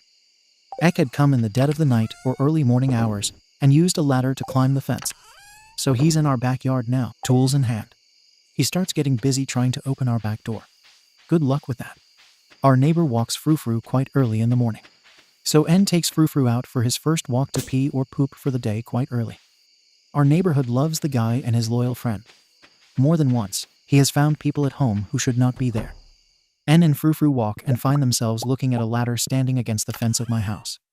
N knows the situation and that we are not at home. N hears some noise at our back door and realizes what is happening. So what does he do? He lets Frou-Frou climb the ladder and jump into our yard. Frou-Frou sees Ek and starts growling. Who is Frou-Frou? Frou-Frou is the sweet, caring, funny, big, and protective as heck cane corso of N. How did he get the name Frou-Frou? Well, N's wife loves Beauty and the Beast, and the little dog turned seat has the name Frou-Frou. So Ek sees Frou-Frou, who is not amused at seeing a stranger in his yard. Ek is apparently not so smart and throws a couple of tools in Frou-Frou's direction. Frou-Frou is having none of it. He barks and charges. Ek barely manages to climb on a table before Frou-Frou gets to him. Frou-Frou is a trained dog, so he doesn't bite until ordered to. Meanwhile, N is standing on the ladder, pissing his pants at the girly screams of Ek, while calling the guys and gals in blue. Ek is taken away in the back of a police car and has to stay in jail until his hearing. L demanded that he not be released until his hearing. The NC order is apparently not sufficient to keep him away. We managed to send the security footage to the legal people involved. Frou-Frou got some nice doggy snacks, and N and his wife were also thanked. I have to admit one thing. When we got back, the kids went to spend the night with their friends for some slumber party time. Hubby and I went to watch the footage. It was gold. And yes, we grabbed ourselves some drinks and popcorn to watch it again and again. Update. And now my own extended family knows as well. My own extended family found out that I have money as well. I don't have a lot of aunts and uncles left. There are plenty of cousins, though, as my dad had 6 sisters who all had children. Only 4 of my cousins are younger than I am. I haven't spoken to them in like 20 years, and the only time I have spoken with them was at the funeral of one of the aunts and uncles. I have no relationship with them. I received several messages from cousins who heard through a lot of people that I had money. When I read this, I was mentally preparing for yet another SHT storm. Yep, they were pissed. They wanted to know why I didn't tell anyone. One of them ranted and raved about how unfair everything was, and I could have let them know, and yada yada yada. When she was finally done, I asked perhaps rather rudely if she was done, and if I could explain. I made one group, and I wrote the whole story of what was happening in that group. I ended with the words, in bold, underlined, and huge letters. This is why I never told you. Several were shocked that what happened did happen. I asked them why they were upset, but I didn't tell them. No one really answered that until I said that. Maybe because they wanted to benefit from it. Some say, no way. And how can you think that of us? I answered that the reason, I think, is because of all the crap that has hit my fan. I have lost a lot of trust in people in general because of this. To make a long story short, a couple of them asked if they could not borrow some money. Others said they would like to borrow some if possible. I uploaded a document that CLC certified loan counselor, and I had signed. I told them that what was stated in the document were the rules. They could read it or not. One cousin asked if I could give him a call. I did. It turns out his daughter has a severe illness. Without treatment, she'll likely die. I won't name it for anonymity's sake. There is a treatment in the US that could help her. Chances remain slim. But if it is a success, his daughter might live and have a somewhat good quality of life. Unfortunately, that treatment is not paid for by the insurance company. I didn't trust it after reading so many stories and asking for details. He asked if I could come and visit. His daughter was in the hospital. He didn't lie a bit. God, that girl. She's in her early 20s, but still, tubes and monitors everywhere. Books on the bed as she tried to do some homework. I could almost see death standing at her shoulder, waiting. She was so. We had a talk, and eventually her attending doctor came in and explained a bit. Later, I went with the doctor to his office, and he explained the rest. I went home afterwards. We verified the doctor's name, field, etc. My cousin and I talked again on the phone. I told him I hadn't made a decision yet and wanted to know if they wanted the money for medical costs only. He confirmed that. His wife or mother of said daughter would go to the US, and they had money to cover her expenses. It would be tight, but they wanted only the money for the medical costs. Hubby and I talked, and we agreed. We agreed to help, but again with strict rules. We would only pay the amount that we were given. The US hospital gave them a number. We would pay the hospital directly and provide other important details. The only thing we asked for in return was that, in the event of success or failure, they would put a certain amount of money towards research, in installments if necessary. A lawyer friend drew up the contract and asked another lawyer to review it. This lawyer specializes in the medical field. I called my cousin again. I told him that I had thoroughly examined the entire situation. I had been played and lied to. I was attacked in many ways, and I had lost my trust in people. I thanked him for his honesty in the situation and commented on how hard it must be. I then asked him if his wife was listening. She wasn't, but he put her on speakerphone. I then told them this news. The only things I heard were tears, cries, and thank yous. I told them that I had strict rules and sent them the draft of the document. I asked them to ask a lawyer, or maybe the hospital lawyer, to review it. If they agreed, we could sign the document. Later, their daughter called me. Same story as her parents. I just hope that this time around, the money will do well. Her doctor contacted me, and we are going to arrange the financial details once the contract has been signed between my cousin and me. Other family members of mine have done the greedy grab of hands. No was the simple answer, alongside the number of the investment advisor. I told them good luck and blocked the beggars. I don't worry as much about them finding out where I live. My parents, brother, and his wife Sol can win a tight-lipped contest with an oyster. Update. I have an update once more on the whole saga. I don't know if more updates will follow, but if something happens, I will post here. The good news is that most family members have stopped bothering me and hubby. Eldest has a social media account that we go through together, and he has received some nasty things on that. Eldest blocked them and reported them, and thanks to our dear lawyer friend, who sent some letters, it got relatively quiet once again. Those without a no-contact order in place have suddenly reached out more often. People hubby, or I haven't spoken to or been with in years, contact us more often. We keep it polite and pleasant. The entitled cousin had to pay several fines and damages, and has been on probation for 2 years. He tried to threaten us again. We told him Frou-Frou would love to meet him again. Blabbermouth knows in which town we live now. The entitled cousin seems to have told her. We have seen her around town. We hope she stays away as per the NC order. The bad news is about my cousin's sick daughter. SD will be the sick daughter, and DSD will be my cousin or her dad. MSD will be the mom and wife of my cousin. She was eventually allowed to go home for a while, although with a lot of equipment, medication, and such. But hey, everyone was happy SD was home for a little while. Since the beginning of the pandemic, SD has been quarantined and has rarely gone out. The same goes for DSD and MSD. They hardly allowed visitors over. Their elder children quarantined themselves, tested themselves before coming over, wore masks when they came over, etc. They took every measure to heart. They were warned that COVID would or could be her death. The times they went out were times when they knew places would be quiet and people would be scarce. They took out some sort of subscription to get groceries delivered to their house on a weekly basis. The driver, bless his heart, found out about the situation and even went as far as to disinfect and mask himself, even though he only put the groceries at the door. He also wiped the handles of the crates and bags. DSD and MSM managed to work from home the entire time. It was hard on them. I will cut the story short. SD died. She contracted COVID, and due to her already weak immune system, she passed away. She didn't get it from her parents or siblings. They tested regularly just to be on the safe side. The likable source. A relative of MSD. The guy was someone who didn't take COVID seriously. He went somewhere and got symptoms afterwards.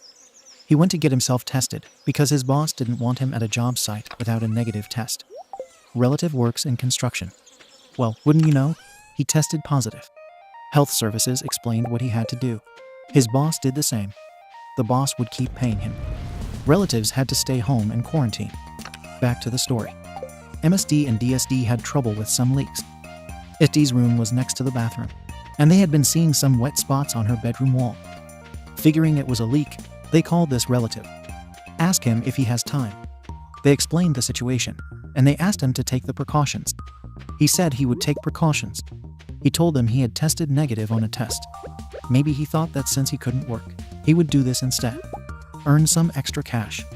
He had to come into SD's room to get some things done, and took his mask off several times to cough, saying he died. It was so hot, and he needed fresh air. He was reminded every time to get that thing back on. He was asked to leave and not return a couple of times. The work wasn't finished, but they didn't care. The leak was found and taken care of with a temporary fix. A couple of days later, SD got very sick and had to be transported to the hospital. She tested positive for COVID. She died there. To say people are devastated is an understatement. DSD called me in tears a couple of days after her passing. His tears were enough to know what had happened. In the background, I could hear MSD screaming. It turns out she was calling her relative about her daughter's death, and he informed her that he was positive about the time he was there to help them fix things. My cousin said goodbye quickly and went to deal with that situation. I don't know what happened afterwards. The only thing I know is that MSD cursed and yelled at him for lying, knowing that SD was sick and COVID was a real threat to her. We did get an invitation for her online funeral service. Hubby and I both attended. We sent some flowers and a card. This was almost 2 months ago. DSD video called last night. This wasn't a man anymore. It was more of a shell. He is still so lost after the loss of his only daughter, his wife. They are not doing great at all. It was heartbreaking and devastating to see them. We talked about the funds. They wanted to thank us anyway. We told them we wanted to donate the amount for research. They were glad we wanted to do so. So that's the update. Sooner than I would have wanted, and not with the news I had hopes of sharing. Stay safe, people, and I hope you have a good and, above all, healthy holiday season. Update. The inside of a hospital, how Ek lost his job, and how Blabbermouth has the honor of meeting Frou-Frou. Dear people on Reddit, I thought that no more updates would be needed as the peace seemed to have returned.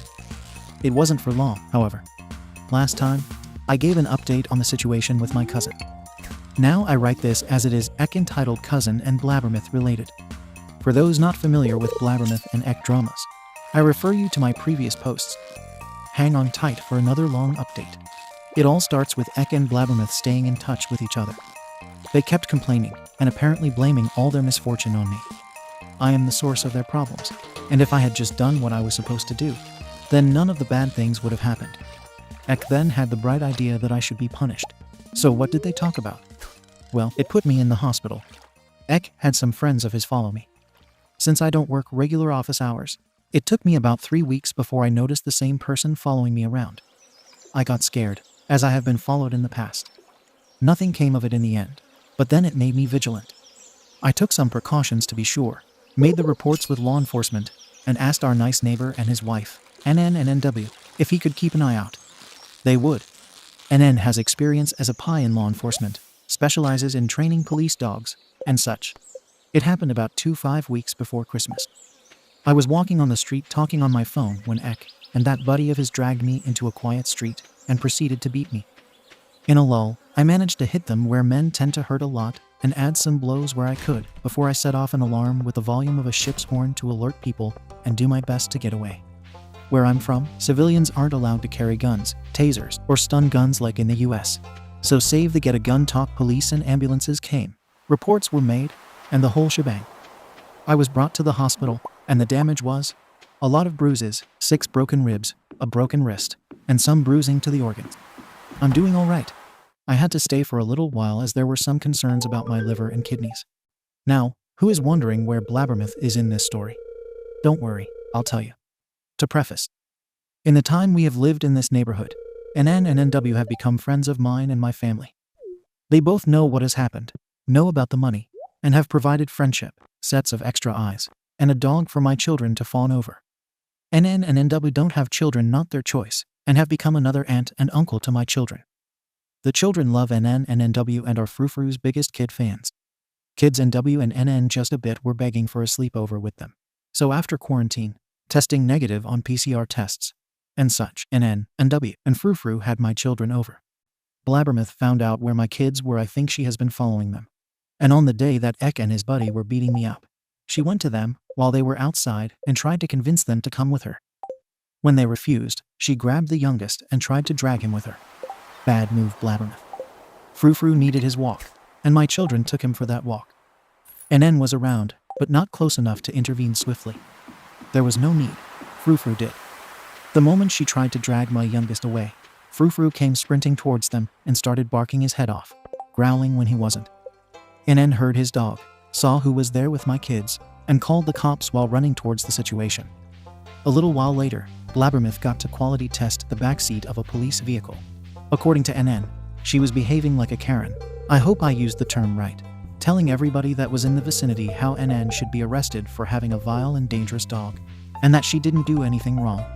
She's out on bail and charged with attempted child abduction and breaking the NC order.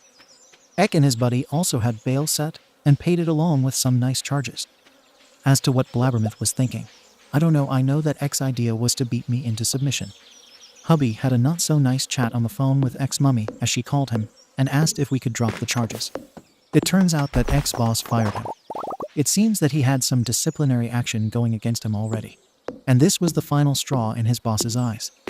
Ek got to his work, only to be led into the office to meet with his resignation papers. We found out where his whole bow to the will of the family crap came from. Mummy dearest. She basically told hubby that if I had done what they asked, then nothing bad would have happened. I was from outside the family, so is she, married to an uncle of hubby, so I should do as I was told. I just had enough time to get out some snacks and a drink to listen to the sweet sounds of him going ballistic. It was lovely and scary to hear.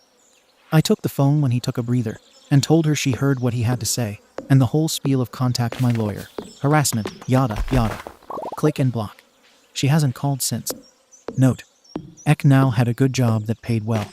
His wife also works, and they are able to pay the bills, save some, and have some extra to spend. He and his wife and family have a comfortable life. It's not like they are in dire straits with debt. So for people commenting that he must be desperate for money, he isn't.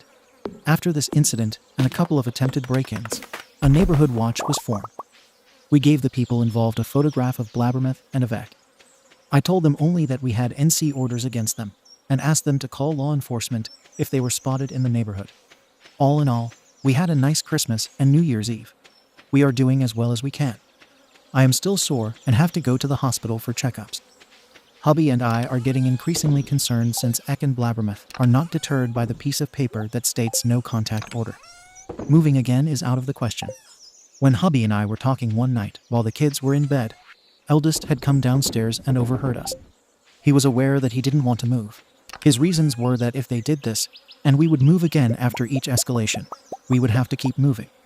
He felt safe in this home, with Frou-Frou and W and NN in the vicinity. The other two agreed when we talked with them in the morning. Kids are shaken, but doing relatively well. Due to what happened, we are also looking into therapy for all of us. The youngest is quite shaken, but for now he is thinking more about how cool it was that Frou-Frou protected him, and how Blabbermouth was trying to climb a car. The elder understands what has happened a bit better, and is more fearful. NN and NW have offered Frou-Frou for sleepovers so that the kids feel safer. We are also thinking about getting our own Frou-Frou. NN has already offered to help in the purchase and training of the dog. Hubby is frantic with worry about what might have happened, and what Ek might try in the future. We are also going to do some research on how to protect ourselves further. We are talking with law enforcement, our dear lawyer friend, and other people to see what is possible in terms of the law without turning our neighborhood into a heavy security prison or something like that. So that's that. Update. A good update. I didn't think I would come back with an update so soon. Grab the snacks and drinks, turn on the music, and dance with me or more for me, as my ribs still hurt. Ek and Blabbermouth have been arrested, and are now finding out how the jail looks from the inside. Hubby and I were both called by them, begging us to drop the charges. With this, they broke the NC order and the bail order. We got everything recorded, and then called law enforcement immediately, along with our dear lawyer friend. They were arrested. I just received the news. Happy buttwiggle for me. Update. Ek meets Karma once again. Someone commented on my last post that they hoped Karma would come to him through his fellow prisoners. Do you have the power to predict things by chance? Because that has happened. LF the lawyer friend keeps us up to date about both Ek and Blabbermouth whenever possible. Ek was wise enough to keep some details about his reasons for his prison stay to himself. Smart man. I'm told that some people who reside there don't take it well when you hurt women or children. But his fellow prisoners did find out he had beaten a woman and helped plan a child abduction. Well, he was given a taste of his own medicine. The only difference between him and me is that I had some serious injuries. He got beaten up, but only suffered some bruises. There were no broken bones or internal injuries. Prison guards were quick to intervene when it happened. As to how his fellow prisoners found out what he did, well, his mother visited him, and they were talking, and his mother does not have the ability to whisper. So I wouldn't be surprised that while they talked, others heard and were not happy with what they heard. But that is a guess. Her visit and what happened were mere hours after each other. Update. Coddle Mum to the not-so-rescue. I would like to introduce you to Coddle Mum CM. She's ex-entitled cousin's mother. Wonder Woman, aka ex-soon-to-be ex-wife, is also mentioned. To us, it seems like she is in almost complete agreement with her son. She doesn't like it one bit that her precious son had to exchange his nice house with his wife and children for a prison cell and divorce papers. When CM and X-Dad were met with X belongings, CM lost her absolute mind. WW called me to relay the story. CM called WW and started her spiel of how dare you divorce my absolute gem of a son, puke anyone. WW had learned from me and recorded everything in case she needed it.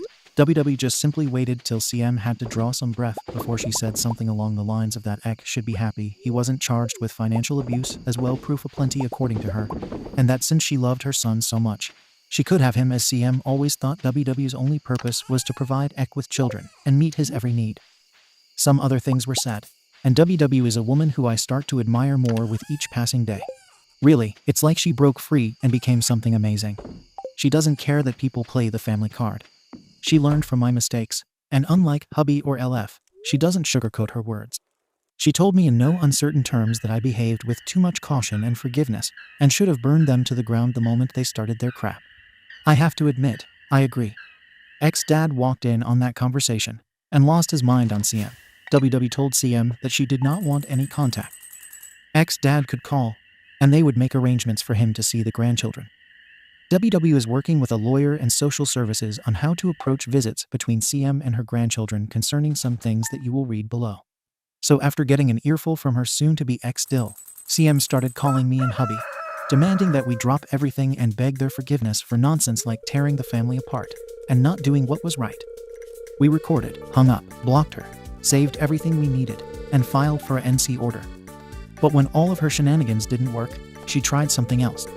She seemed to have learned from her son, Ek, where I lived. So she came to our house. But as we have doorbells with cameras, I love the invention and recording settings. I could enjoy the show from my spot on the couch while she dug her own grave. Like hell, I was opening the door with CM outside. Ha ha ha, no lady, heck no. I was so glad my children and husband were not home. Screams alternated between how dare you do this to my son. I am going to insert violence here to you, and you should have given him what he wanted. That's how it's done. Hello, medieval mindset, where men matter and women only matter to give the men what they want. I understood in an instant where Ek got this bow down to the will of the family came from. Too bad I couldn't get any snacks or drinks due to doctor's orders of rest. But watching from the cameras how CM lost her mind and started throwing everything she could at my home, and then getting arrested by our town's finest people in blue was priceless. I am also slightly disappointed she didn't get to meet Frou-Frou and my fourth baby, Lefu. Yep, we have a dog. Lefu is a super duper sweetie pie Rottweiler mix about 2 years old.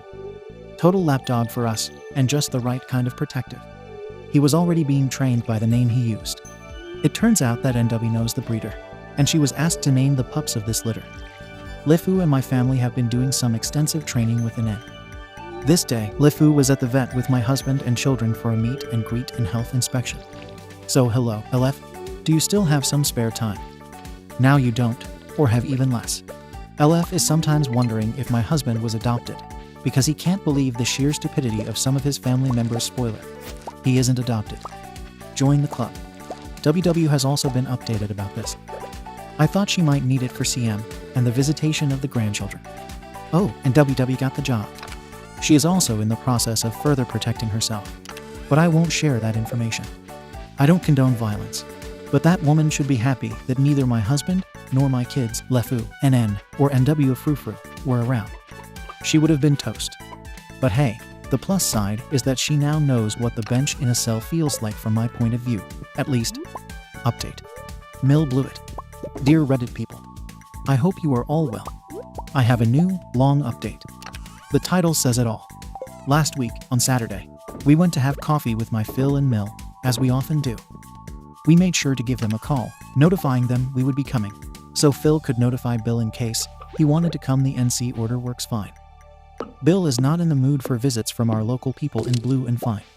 Kids came with us, and hubby's other sister, the second kid of Phil and Mill, was there as well. Kids love her, although she is very opinionated and can only see things in black and white. There is no middle ground. She and Blabbermouth do not get along. That was even before I became an addition to the family. For the sake of this post, I'll call her Lucy. We get there, get our drinks with cake, and are having a nice chat when Mill blows it. We told them that during these visits, we would not discuss the situation with Blabbermouth and Ek. If she wanted to do so, we would see each other for that at a different time and day. We want these visits to be for other things than that. This was firmly explained to everyone, especially Mill, as she began to talk about Blabbermouth twice in a row. She stopped after we just got up and left. Then last week, she had to do it again. Mill started to say she felt so sorry for Blabbermouth, how awful it must be for her. We told her to stop, as this is not what we came for. Lucy also told her to stop. Then Mill asked the questions she should never have asked. Don't you have pity? Don't you feel sorry for her? Kaboom. My youngest two started crying. My eldest, me, hubby, and Lucy all flipped our lids. Hubby and I decided that we needed to deal with our children. We took them outside and made sure they were calm and felt safe before I went back in. Lucy was still grilling her mother. I told her she could stop. Mill wasn't crying, but just looked at me with a numb look, for lack of a better description. My speech to my Mill almost verbatim. To answer your questions. No, I don't feel sorry for her, nor do I pity her. We helped her with her home. We helped and still help her children with a college education. And if they do it right with a home, we took you all on a holiday. Unbeknownst to you all, it was my good word that got her the job she has now when I was asked. Because although I hate her entitlement and the way she talks about me, I acknowledge she is incredibly good at her job. I would never screw someone over if I thought they were good at their job and reasonably decent to those they worked with. She wanted more, and she demanded we give more only because we are related and because we're family. Like an obligation to do whatever. She always thought she had some priority over me, hubby, and our family simply because she popped her children out first. She had told hubby to divorce me because I would never amount to anything, and every form of education I followed was a waste of time and money. But the moment we have money, she demands money. When she heard the word no to her outrageous demand, she jabbed at the family against our wishes, causing all the troubles we have now and destroying relationships in the process.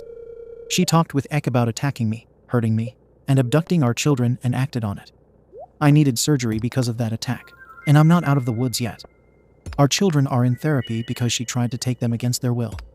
Hubby is in therapy because of her and AQM, as he feels like he can't protect his family.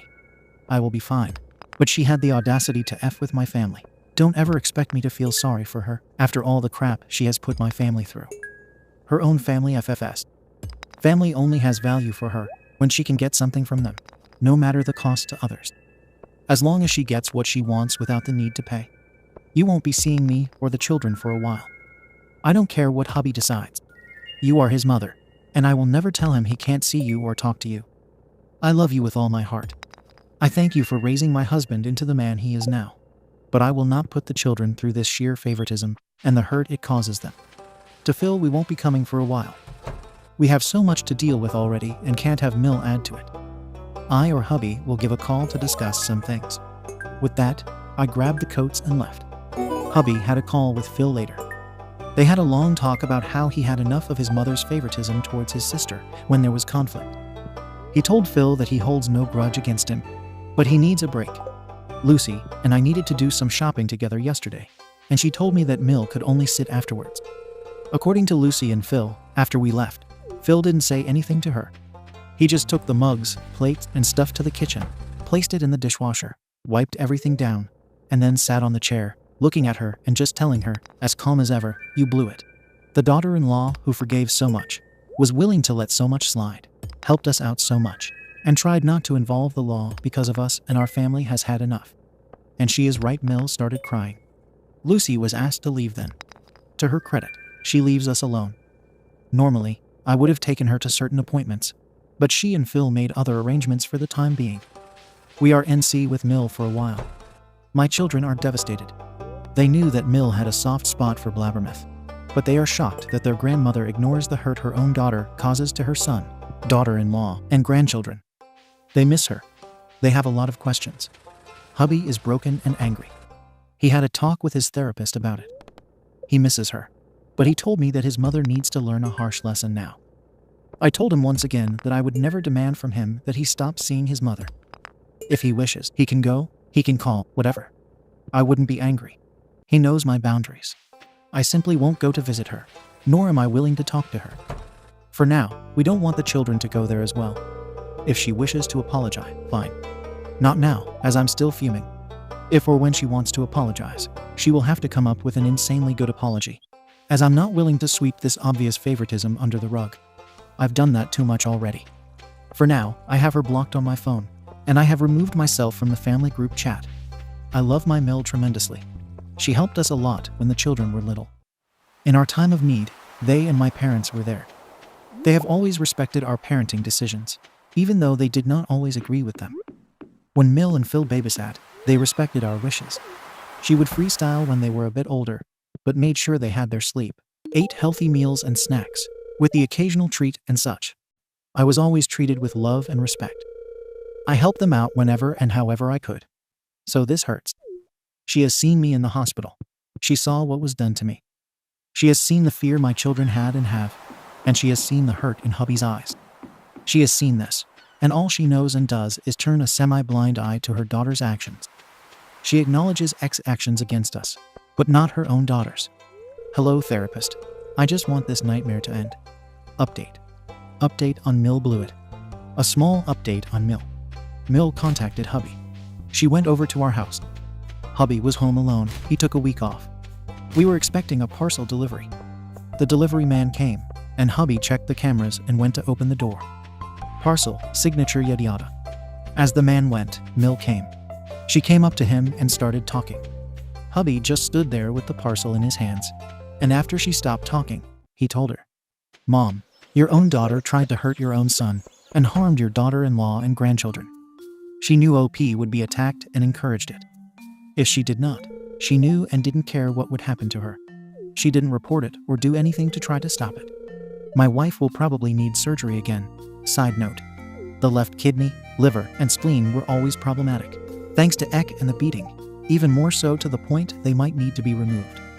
I will hear this tomorrow. Now you ask us to pity her and show mercy when all that happened was because she broke the law. She hurt us.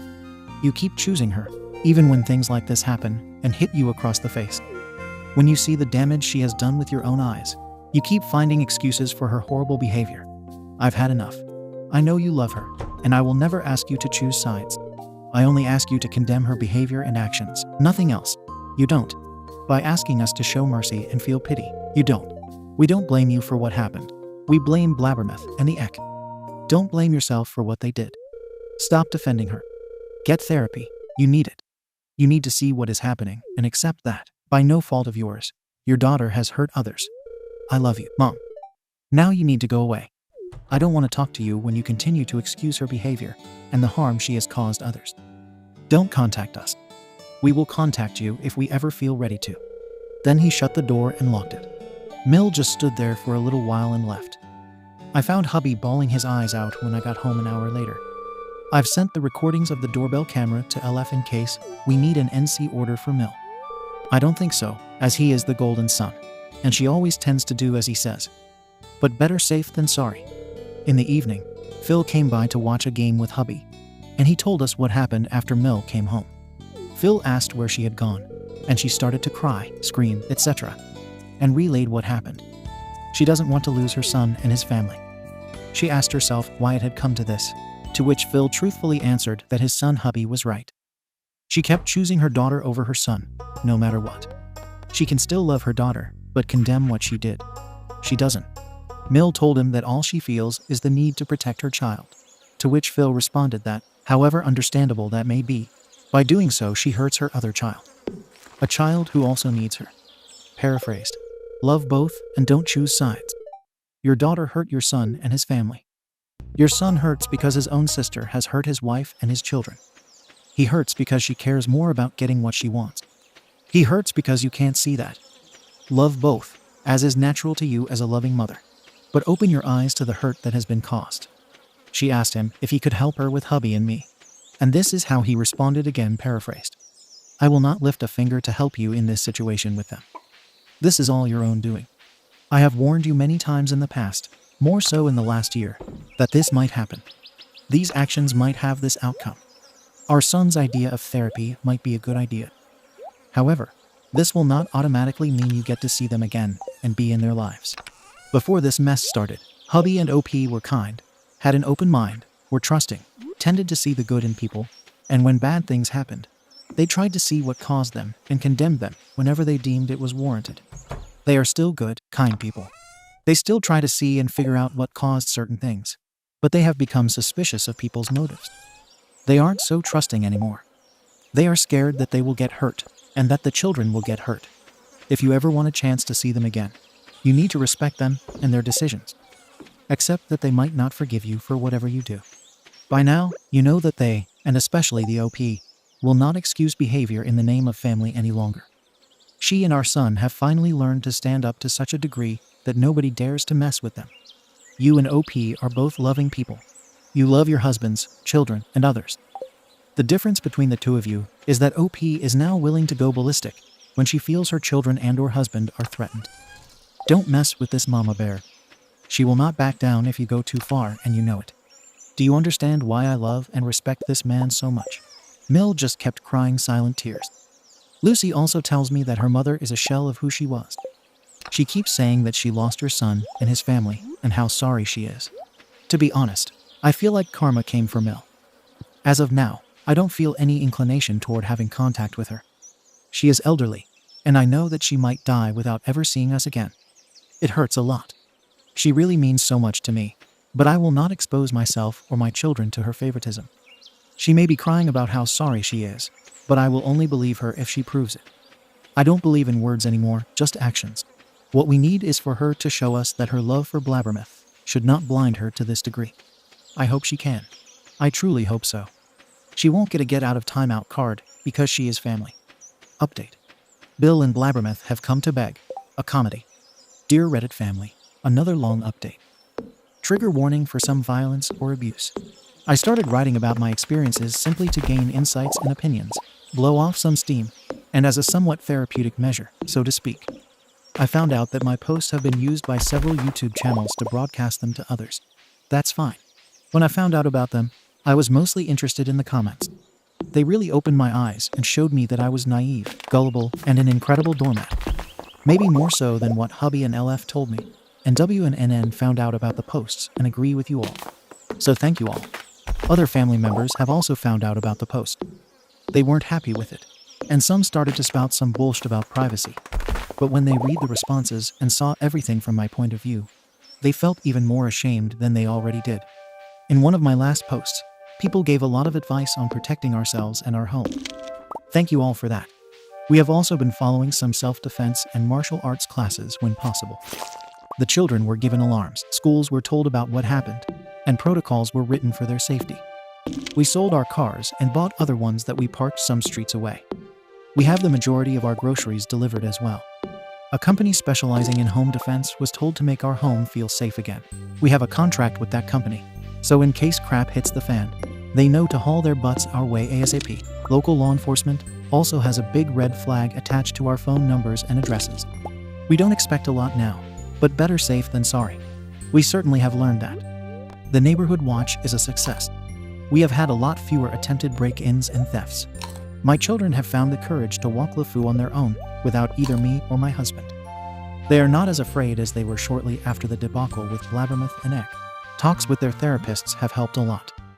Eldest struggles sometimes, as he thinks that being the eldest means taking care of his siblings without fail. I needed some surgery, as the beating made some pre-existing health issues worse. Hubby is still restless sometimes. He has taken his self-defense and martial arts lessons seriously. He thought and still thinks at times that he failed in his duty to protect his family. With the help of his therapist, he can shake that feeling more. I've told him numerous times that he has never failed us. He loves us and has always been there for us as a father and husband. Eldest takes a lot after hubby in this regard. It doesn't surprise me, as I have proudly given birth to my husband's clone. NN has been a great help as well. Sometimes men need another man or men to tell them whatever they need to hear without therapist talk. Current status of people. Mill. Timeout see other post. Happened around 3 weeks ago. This happened today. Lucy and Phil. No problems. Eck. Still in prison, though secluded. Inmates really don't like him, apparently. I'm not even wondering why. Coddle mum. Ex-mother. Bill. The NC order had been lifted as of last week. There is no harassment or anything else, so there is no reason for an extension. He isn't blocked on our phones. If people want to dig their own graves, then I'm all for helping them. Blabbermouth. Still in prison. What is my attitude? Only our lawyers talk with each other and with the prosecutor. The hell hag still has an active NC order. She has been blocked on my phone, not on hubby's. Same reason as with Bill. LF. Lawyer friend. Hero without a cape. Devil without horns. Worth every penny, cent, dollar, etc. BML. Blabbermouth's lawyer. Bro. My 1.89 meter tall brother has the build of a tank, is strong as one, kind-hearted, and no nonsense. SIL 3. Bro's partner, Maggie, for the sake of the posts. NN. Nice neighbor. NW. Nice neighbor's wife. Frou-frou. NW and NN's loving dog. Another hero without a cape who will take snacks and cuddles as his reward. Lefou. Our own loving dog. A hero in training who will also take snacks and cuddles as his reward. On to part 1. LF called us. Apparently, he got a call from Bill saying that Blabbermouth wants to plead guilty in exchange for no time in prison. As of now, she faces between 5 and 10 years in prison if she's found guilty. I thought that this crap wasn't possible. According to LF, she hardly has a chance at that. She can get a reduction, but no more if she goes for the guilty plea. Also, what surprised us is that Bill called LF directly instead of going through their lawyer. So what does our beloved LF do? Laugh on the phone, hang up, and call their lawyer, telling them what Bill has done. Apparently, BML just sighed deeply and thanked LF before hanging up. Our thoughts. Blabbermouth and Bill don't hear what they want to hear from their own lawyer, so they try it through ours. Nice try. Part 2. Bill's visit. Several days after LF called to tell us about Bill and Blabbermouth's delusion or fantasy, we got several texts from 4 of our beloved nieces and nephews who are Bill and Blabbermouth's kids. Number 5 doesn't like me and, like his mother, blames me for all of her misfortune. We know that the only reason he doesn't bother us is that his parents have warned him to stay out of this. As of now, he hasn't messed up, and we are still somewhat willing to pay for his college education. The other 4 kids and I have a good relationship. They know what their mother dearest tried to do and have decided on their own that they're done with her entitled crap and with their father semi-enabling it. NR 1 and 2 have moved out. NR 3 and 4 can't just yet, but are barely home. Since their mother is in jail, the eldest 2 decided to drop in on their father and younger siblings to keep an eye out and help when needed. Bill was very unhappy and angry. He knows that what Blabbermouth did was wrong, but he thinks the whole kidnapping and assault thing is blown out of proportion. They were all having lunch, and Bill came up with the amazing idea to have a talk with me and, to an extent, hubby, whose phone explodes with texts after that lunch. Mine and hubby's. Eldest niece tried and managed to get a time frame from her father and texted us that, since we didn't want our children to watch whatever might go down, we asked Bro and Maggie if they could go there for a couple of days and hang out with their cousins. There was no problem after explaining the situation. The children were scared but didn't want to leave. Bro flexes his muscles, they love that, and tells them that he will keep them safe. Then we call NN and NW, explain the situation, and ask if they are available in case we need witnesses and help. Before we could finish asking, we heard the doorbell ring. NN, NW, and Frou-Frou were there. I really love these people and their dogs. So some hours later, Bill makes his grand appearance. For those of you who wondered if we invited him in, of course not. Heck, we didn't even open the door. The doorbell camera has been the grandiosity of its own altar at our home, well, almost then. He began his sob story about how Blabbermouth didn't mean it. She was sorry, yada, yada, yada, sob, sob, sob. He asked, or begged through his sobs, if we could drop the charges. No, even if I could, I wouldn't. Oh, Bill, fun fact. The prosecutor is the one who decides that now. You know, because what Blabbermouth did were felonies. You don't get to try to abduct people and get away with a slap on the wrist. You don't get to show your big blue eyes and get away with aiding and abetting assault. Even if he changes his mind, it won't be because of your puppy eyes beseeching, but because of a lack of evidence, of which he has plenty. You know that. I'm sure that your lawyer has told you this, so why the heck are you trying it here? Oh, right, because you and Blabbermouth don't want to hear no. Last but not least, me, hubby, and our children will be a lot safer if her entitled behind is in jail and not polluting the free air with her scent of entitlement. After hearing this piece of information, Bill became angry. Family this, family that, more family helps each other crap, and the golden phrase was, but she's family, and you don't hurt family. To which we responded, but we're her family. Why did she hurt us then? No response. He just stood there. Then he started cursing. How I was a S, a B, and that it was all my fault. Sure, Bill, blame the one who helped pay off your mortgage and your children's tuition, because all we wanted was to help the family. If you don't want the money, then we would like to have it back. Would you like to pay it back all at once or through a payment plan? Yes, we were semi-teasing. He raged on about that. How dare you? And it's not funny. Of course it isn't funny. But what isn't funny as well is that Blabbermouth only accepted me when it suited her, and when things happened the way she wanted. If not, she would try to manipulate things and people so she could still get something of what she wanted. We helped you, and when we say no to an absurd request, she loses her ever-loving mind. She destroys relationships, the good and the neutral ones. She destroyed our sense of safety and our health, so on and so forth. For what holiday do you know you have the money for? Or at least for a good part of it. You don't like it that she's in jail. That's fine. She reaps what she sows. You and Blabbermouth should talk to your lawyer to see what can be done about this with the least amount of damage. Family means nothing to you, and Blabbermouth doesn't give you anything. Go away. We will call the cops and see if we can get more NC, restraining, C and D orders shoved up your back. Oh, and don't try anything stupid. Look at Eck and Blabbermouth to see how that one worked out. After saying something along the above lines, he left. We made a copy of the video footage, called the police, and went through the entire process again. LF came by for a visit, was baffled, and actually sighed. He simply can't understand their thought process. It turns out Coddle Mum was also giving him a rough time by basically demanding he do something about her son being in jail. So he did something. He basically told her to shove off in a legal way, unless she wants to spend money on her own lawyer, and have unpleasant side effects from such legal papers. Like I said earlier in the post, I needed surgery, and NW has offered to stay when hubby is away to help me and keep an eye out. She can work from home and help out in case the family jobs return.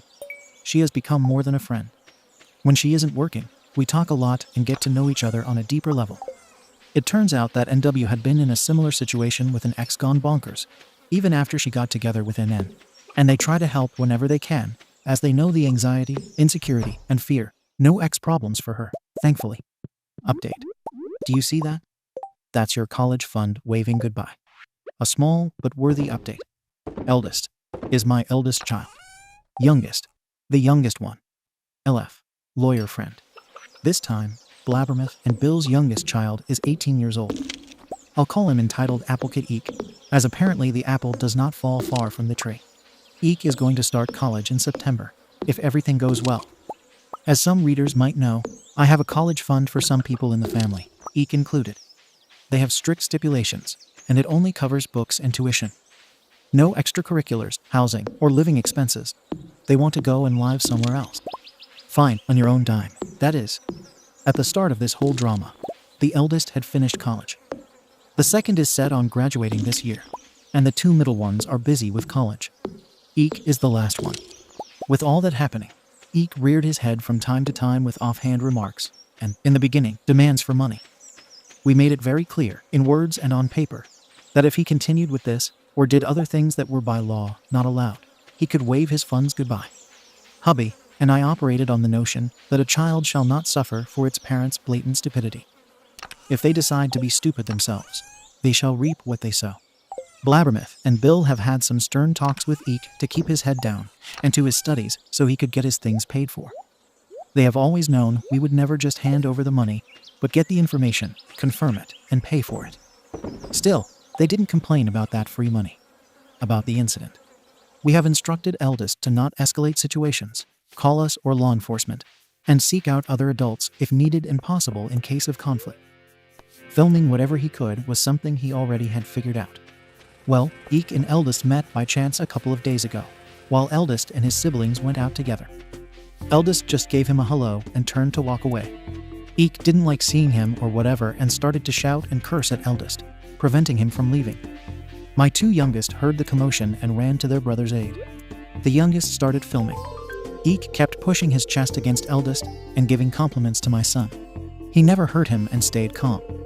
When Eek grabbed his shirt, he used some of his skills in self-defense to make sure Eek let him go, but nothing else.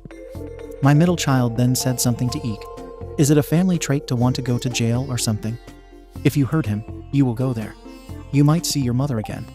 Eek stopped, looked at them all, and ran for it. Kids got home, showed me the footage along with a witness's footage and contact details, and we made a trip to the police station to file a report. Then we called our lovely LF to set things in motion for a restraining order or whatever is possible. After all that, we made a copy of the footage my children made and the police report and sent it to Bill. Attached to it was the note that another student thanked them for their donation of a college fund since Eek decided he could do without it. He threw away his chance with his own actions. According to their eldest niece, their parents were not happy at all. Update.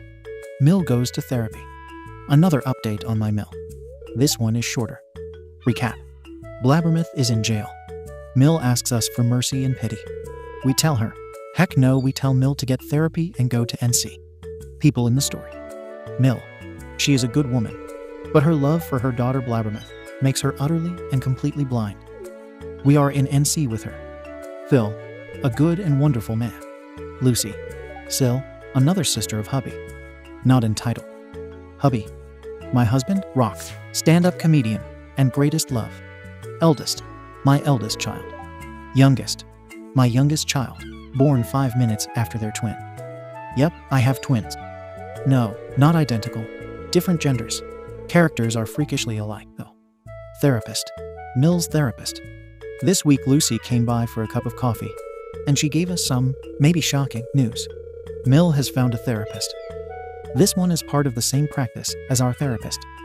We never told Mill who our therapist was or where we went. Lucy could tell us that Mill already had some sessions, but didn't know the details. Okay, that's a good sign.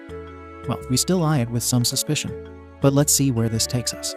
Then last night, Phil came by again and also told us, without our prompting, that Mill had found a therapist and had a very intensive first couple of sessions. Phil has joined a couple of them so the therapist could gather some other perspectives.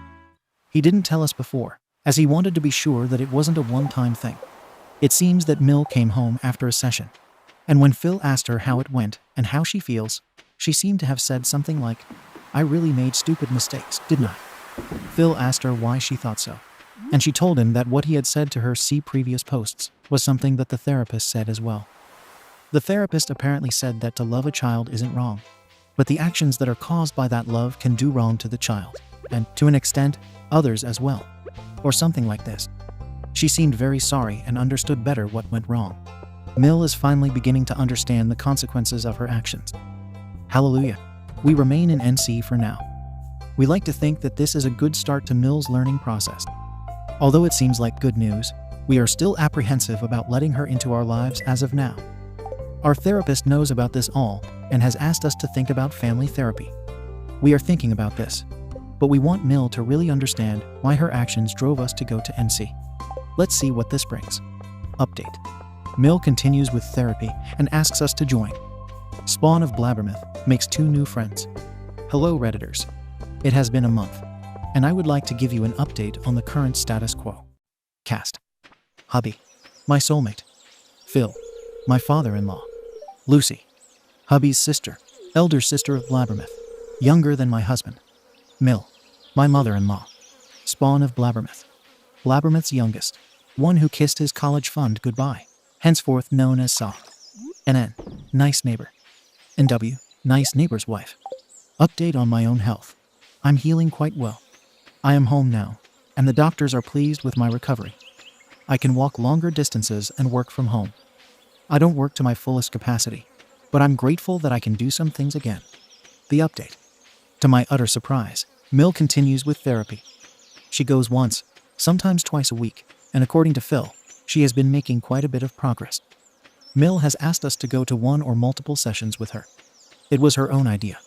She wanted us to talk about it, but in the confines of the therapy room, she feels like the therapist is unbiased. Alright, Mill, you scored another point for yourself with that in my still suspicious eyes. Hubby and I talked about it between ourselves and our own therapist. We made a list of what we wanted to talk about and what not. We went, and it went quite well. The therapist started and explained why we were asked. We could say what we thought, and Mill told them that she understood more, better, or finally our standpoint. She had written down some examples hubby had used, and she had a talk with Phil and even other family members about situations in which she blatantly favored Blabbermouth. To keep it short, she explained why she felt how she felt. She understands that she should have done things somewhat differently, and that she is sorry if she took Blabbermouth's side too much. She felt that Blabbermouth was like her in some ways, not the entitled ways, and therefore couldn't help herself. Okay, hubby, and I just absorbed what she had said. I simply asked what made her see it this way. Some were uncomfortable moving from her side while asking what I meant. I asked the therapist if I could be honest and blunt to a point. I could to a point. I told Mill that if things get difficult, or when she wants things to stop happening, she starts ignoring what happens. Like an ostrich, she sticks her head in the sand, hoping everything just blows over. Going to therapy and basically digging up every little dirty thing about this was difficult. What has happened that has made her go against this tactic? She looked me in the eye and said, "The therapist made me see you and hubby as kind people who love their family to a fault, allowing a lot, maybe too much, that you love me. I ruined so much with my actions." Phil said the same.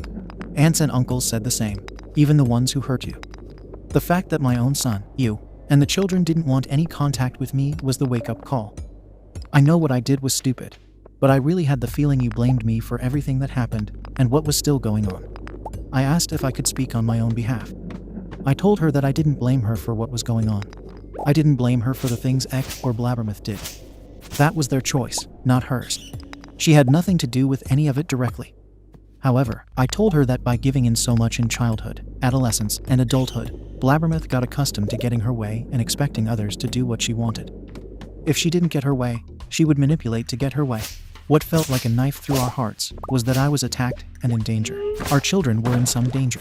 And she kept asking for pity and mercy for Blabbermouth, condoning her actions, not looking or not wanting to see what she was doing to us. That went too far, and that hurt too much. We understand that she loves her daughter, but it is her selective blindness, that condoning, excusing that behavior, etc. That just hurt us the most.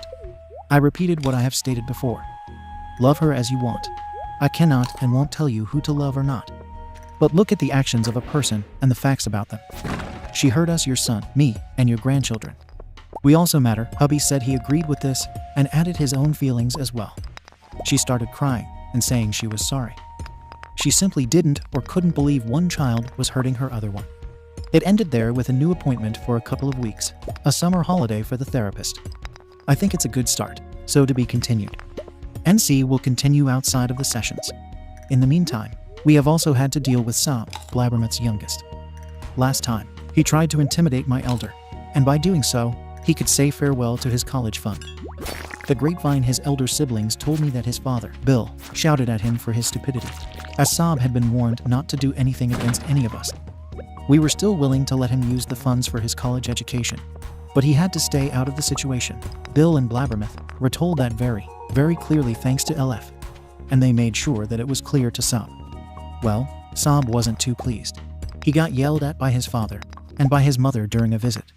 He didn't like it that whatever funds his mommy and daddy had were now being used for lawyer fees, and he was not quite sure if there would be money left after everything. He didn't like it that he got a firm and resounding screw you.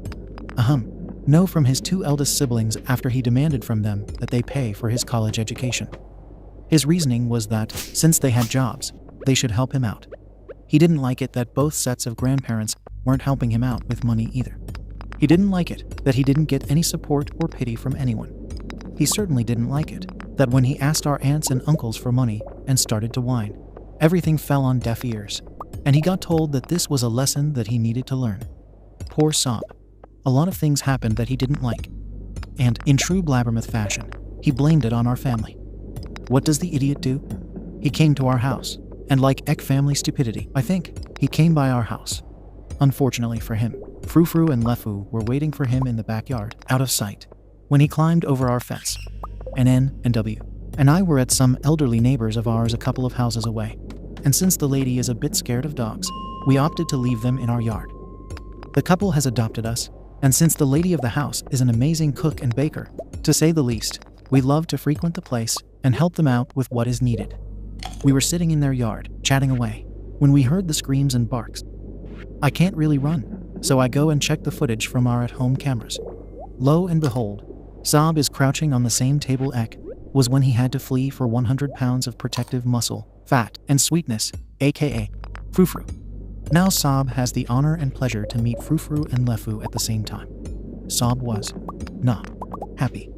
Blue-clothed lads and ladies armed with shiny and not so shiny accessories show up and take him away. We don't think he can be legally charged with anything more than trespassing, but beggars can't be choosers. According to our inside informants on that side, it's safe to say Bill wasn't happy, which would be an understatement. Saab was picked up from the station, tore some brand new holes, got his game consoles, iPad, and everything deemed non-essential taken from him by his father. He has limited access to his laptop school only, and has been grounded to boot. Saab is sulking a lot, according to his siblings. When he started to cry to one of his brothers, he got told that it's his own fault, and that he was stupid. He certainly doesn't get any pity from others. Why is Saab so entitled? Blabbermouth coddled him, and that had more effect on him than when his father set him straight. We do hope that, away from the influence of evil, his mother might set him straight. Let's keep our fingers crossed for this. Also, our court date is getting closer. As of now, it is scheduled for the end of October, if there aren't any delays. I'll update again after that. Update. Wonder Woman. The story of how Ek got hit by the karma train driven by his now ex-wife. First of all, as I'm not really familiar with Reddit, I just found out that I had tons of messages from readers that I had missed. I didn't know that people could also do that. I also try to reply to as many as I can, but due to the sheer number of them and my limited time, I'm not always able to respond. My apologies. Some people ask me to update WW. WW is what Wonder Woman, the now ex-wife of Ek, is doing. She is doing amazing. She sold the house and the car that were in her name. She moved away to a place she was unwilling to share. She has a PO box somewhere, and we see each other whenever we can. In the beginning, she looked so drained and scared. But now, wow, WW looks amazing. The kids are doing great. WW has a job she truly enjoys, and her parents help when they can with childcare. Her ex-Phil, the father of Ek, does get to see the grandchildren, but without Coddle Mum CM, her ex-Mel. What I didn't know is that Coddle Mum tried to get custody of the children by involving Child Protective Services with false accusations. She got a slap on the wrist, and her ex-Phil told her not to do anything stupid as he would divorce her. Since they have a prenup, she will be left with a lot less still comfortable than she has now. CM loves to brag about her status, so a divorce is not something she wants. It took a while, but slowly WW told family members and friends what Ek was doing. He never hit her. There was no physical or say abuse. There is still plenty of emotional and financial abuse. I won't share the details. WW asked me not to, but she is dealing with it as best she can. Like us, she, her parents, friends, and relatives are somewhat afraid of what might happen in case Eki gets out of jail. She has a good lawyer, so they are, like us, busy with protective measures. This is Ek we're dealing with. He is stupid, and we are low-key placing bets on how long it will take for him to show up at which place. So, a small but nice update. I'm glad she's doing better. Update. Trial has started. An update on us, and Coddlemum just had to prove she's an idiot. A small update for you all. Hopefully, this post will find you all in good health and spirits. First, the abbreviations and people were explained once more. LF, lawyer friend. Hubby, my husband. Mill, my mother-in-law, hubby's mother. NN, nice neighbor. NW, nice neighbor's wife. Coddlemum, ex-mother. The trials have started. I can't say anything about what is discussed until it's all over and done with. I can tell you that both Ek and Blabbermouth seemed extremely nervous, yet somewhat confident, arrogant, even. When my husband, and I saw them the first day. We have not returned since I have work that needs to be done and hubby has trouble seeing his own family in the stands. Another point is that we have little desire to spend our time in a courtroom looking at the people who cause so much misery in our lives. Victim statements are in the file, and those will be read out when it's time.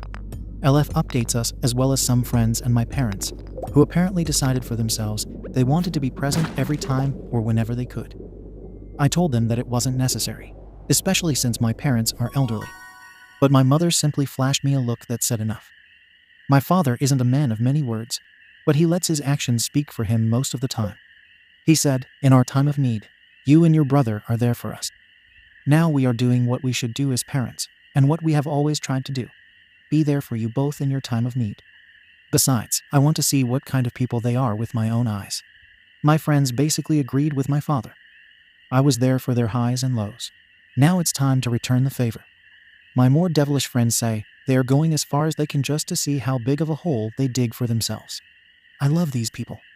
Hubby is not doing so well.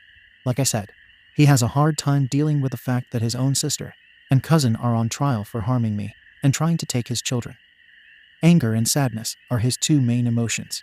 The children are also quite nervous. We keep them informed on how things are, and LF is doing a great job of giving unbiased information on what happens and how court proceedings work. Especially eldest is one for the details and nuances. He wants to know everything. Apart from being nervous, they feel frightened once more. All this time, Ek and Blabbermouth were locked in a cell, safely away from them. Now they realize that a verdict will be given on the time they will serve, if they will have to serve at all. We like to keep their release an option, as you never know. Therapist visits have increased to once a week online and once a week in real life. NN and NW have increased their visits with Frou-Frou. And the kids sleep better now that Lefu is with us as well. Nothing works better to soothe their anxiety than some gentle giants giving hugs and slobbery kisses that will go into protective mode when needed. Things with Mill have become somewhat better, but she seems to be at a crossroads now that her daughter's trial has started. She has started her "oh, my poor daughter" spiel again. We don't blame her, and she has kept the whole "have pity on her" out of her vocabulary. Coddle Mum also made an appearance. She decided in her infinite wisdom that it was a good idea to show up on our doorstep on the day before trial started. We saw her through the doorbell camera. NN saw her and asked if he could help her. A smart man kept her in front of the camera the entire time. She asked, in a rather rude manner, who he was. When he stated that he lived in the neighborhood and was walking his dog, she told him that she was here on an urgent legal matter. She was there to, drumroll please, threaten us with legal action if we didn't stop the court proceedings. Her grounds: her son was provoked by my actions, and thus it was self-defense. Therefore, everything in court didn't need to happen, and we should drop the charges. Ek should be found not guilty if that can't happen anymore, and we should tell the judge or jury that. Coddle Mum continued that if we didn't, she had no choice but to take matters into her own hands, contact our country's child protective services, claim we were hurting our children, and file charges against us for defamation. An end can be serious when needed, but in the face of this blatant stupidity, entitlement, and/or delusion you choose, he just laughed. He explained to her that this was not how it works, and that she just stated that she was trying to blackmail us by lying. But Ek has his entitled tendencies from his mother. So of course she doubled down and stated that all we did was lie, and that I should have done what I had been told. For some reason, this woman can't understand that hubby and I made a joint and unanimous decision not to want to be a money tree or ATM. NN told her to go away, get a therapist, and prepare for the NC order that could be coming her way. So you can guess what, and who has kept LF extra occupied. On a side note, I know that people will warn us that Child Protective Services can be called by her or someone else out of vindictiveness and spite. We know, don't worry. The joke will be on them, though. We asked for their help on how to deal with our children after Ek attempted to break into our home, and again, after what happened to them and me as well. They have also been involved due to the fact that my children were witnesses to or victims of an attempted abduction. We have been assessed as parents as per standard procedure, and we are deemed fit parents, thankfully. They are updated on the things necessary. So that was the update. I will update as things progress. Update: how it goes with the rest of the family. A lot of people are asking me about the trial. LF advised me not to post anything about it on social media, so I won't until I can. What I can tell you is how the contact with other relatives is at the moment. Quick recap. Blabbermouth blabbed her mouth to her and hubby's aunts, uncles, and cousins. They started to harass us and demand money. One uncle slapped me in the face and got the name LLTU, Little Love Tap Uncle. He got to meet a judge. Lots of family members got a nice piece of paper that screamed no contact. And since they do have some respect for it, and perhaps us, we haven't heard a thing. The NC orders against hubby's relatives have not been renewed. There was legally no reason for it. We have slowly begun to have contact again. We went to some socially distant birthday parties, and although it was very awkward in the beginning, it's been sort of alright. At the first gathering after COVID restrictions were lifted, LLTU came up to me and asked if he could say something. The husband and children were standing close for obvious reasons. He apologized profusely, and he said that if I didn't want anything to do with him, he would understand. He started talking and explaining his behavior to me in person. It sounded sincere in the beginning, but after a while, I did ream into him after he tried shifting the blame onto Blabbermouth and me. I told him mostly verbatim, and it was your own doing that you never picked up the phone to talk to us and clear the air. It was your own doing that you drove all the way to my home and waited for me. It was your own doing, screaming and yelling insults at me. It was your own fault that you slapped me. Your greed was what drove you, not Blabbermouth or me. You found out I had lots of money, and you wanted it. You are an adult. Take responsibility for your own actions. You could have chosen different actions that would have led to a different outcome. Don't blame your greed on anyone else. He fell silent and said that I was right. They all say they understand now why they were never told. It wasn't that we didn't want to help, but more that we didn't want to be seen as some ATM they could get money from when they felt like it. Some other family members and I have been discussing investing and discovering more ways, and actually, it's really fun. Some family members have come to ask me for budgeting advice as well. I have had a knack for that since the time hubby and I had financial challenges. We keep the conversation light. I'm still wary of them, and they know. Will it be as it was? No, I have no illusions about that anymore. They show respect. But they also know that hubby, and I won't hesitate anymore to throw the proverbial law book at them in every way possible if they cross the line.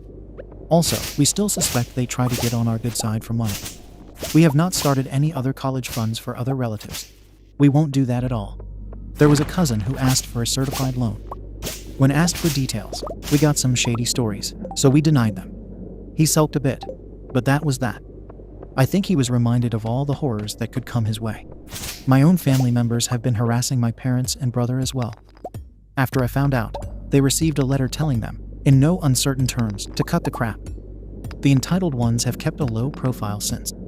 Snide remarks have been made, but well, pick your battles. My parents handle them like champs, and since my brother is tall, strong, and has a take-no-crap attitude, they don't dare mess with him. I did pay for some security measures at my parents' place. The reason is twofold. The first is that I don't want history to repeat itself. In case some of my cousins do a Blabbermouth ek combo, I want everything caught on tape. The second is that my parents are getting older, and there have been break-ins and people forcing themselves into the homes of elderly people. If either happens, I want a clear shot of the faces so that Frou-Frou and Lefou can chase their behinds to a nice cell. My brother already has security measures, so he doesn't need them. He is grateful that LF sent some family members a warning. Our relationship has changed. My brother and sister knew that we had money, but after all that happened at the beginning, they started to realize it was more than they thought. They are happy for us, but when we go out to eat or do something as a family, they make sure to pay for something. My brother has said that although they are grateful for what we did, he doesn't want us to think that they use us for our money. It makes things weird sometimes, especially if we say it's our treat because of a birthday or something. Still, the gesture feels so good after all that we've been through. So that is the update concerning the family members. Life has somewhat returned to normal. The children are still nervous from time to time. Hubby has his good and bad days. I don't have any health concerns. I still need some medicine, but physical therapy and dog walks have improved my health very much. Update. How Coddle Mum got hit in the face. Dear Reddit family and friends, the trial is still ongoing, so there are no updates. I do have an update on Coddle Mum CM. Coddle Mum is ex-entitled mother. She was the one agreeing with him that I should have done what he told me to do and all that nonsense. You might remember the time she came to our door without us at home and threatened to file fake charges and CPS reports. Well, she did just that. She filed the fake CPS charges. For those who don't know, we have our country's CPS involved. They and our family's physician guided and helped our children after the attempted abduction, and we were established as fit parents as part of the investigation. When CM threatened to call CPS on us for fake charges, we sent a copy of the video to them. CPS, or our country's version of them, called us to say that they had received anonymous reports about child abuse and abandonment. Since we had an appointment already, they came over and assessed everything. We understand they have to take everything and every report seriously. Nothing came of it, and they have the anonymous person on file in case other false accusations or reports are called in. But since it's anonymous, we had no certainty who it was.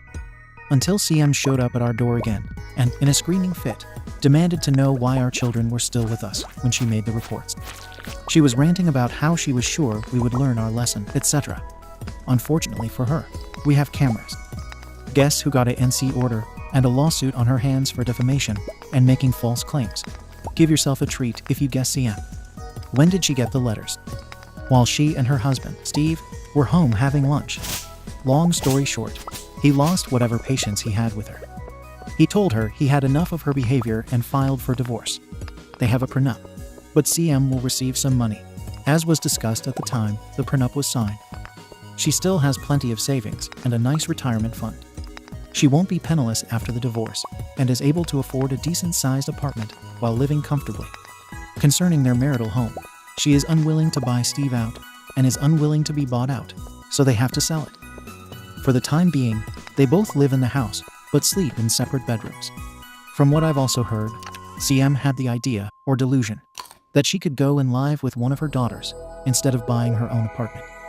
She was shut down very fast. Her daughters have no intention of letting their mother live with them and their families. CM has apparently made some derogatory comments about her own daughters and their children. Ek was and still is the apple of her eye. CM did not like her daughter's refusal and was making comments about how it was her daughter's duty to take care of her. Her youngest daughter asked if CM was even thinking of contributing to the bills, to which CM responded that she wouldn't, as her daughters should be willing and thankful to help their mother out after all she had done for them. So CM has a son who's momentarily stuck in prison. If when he is released, he is unemployed and without a home, with a husband who doesn't want anything to do with her anymore, and her daughters are sick and tired of her shenanigans and downright toxic behavior. Nice one, CM.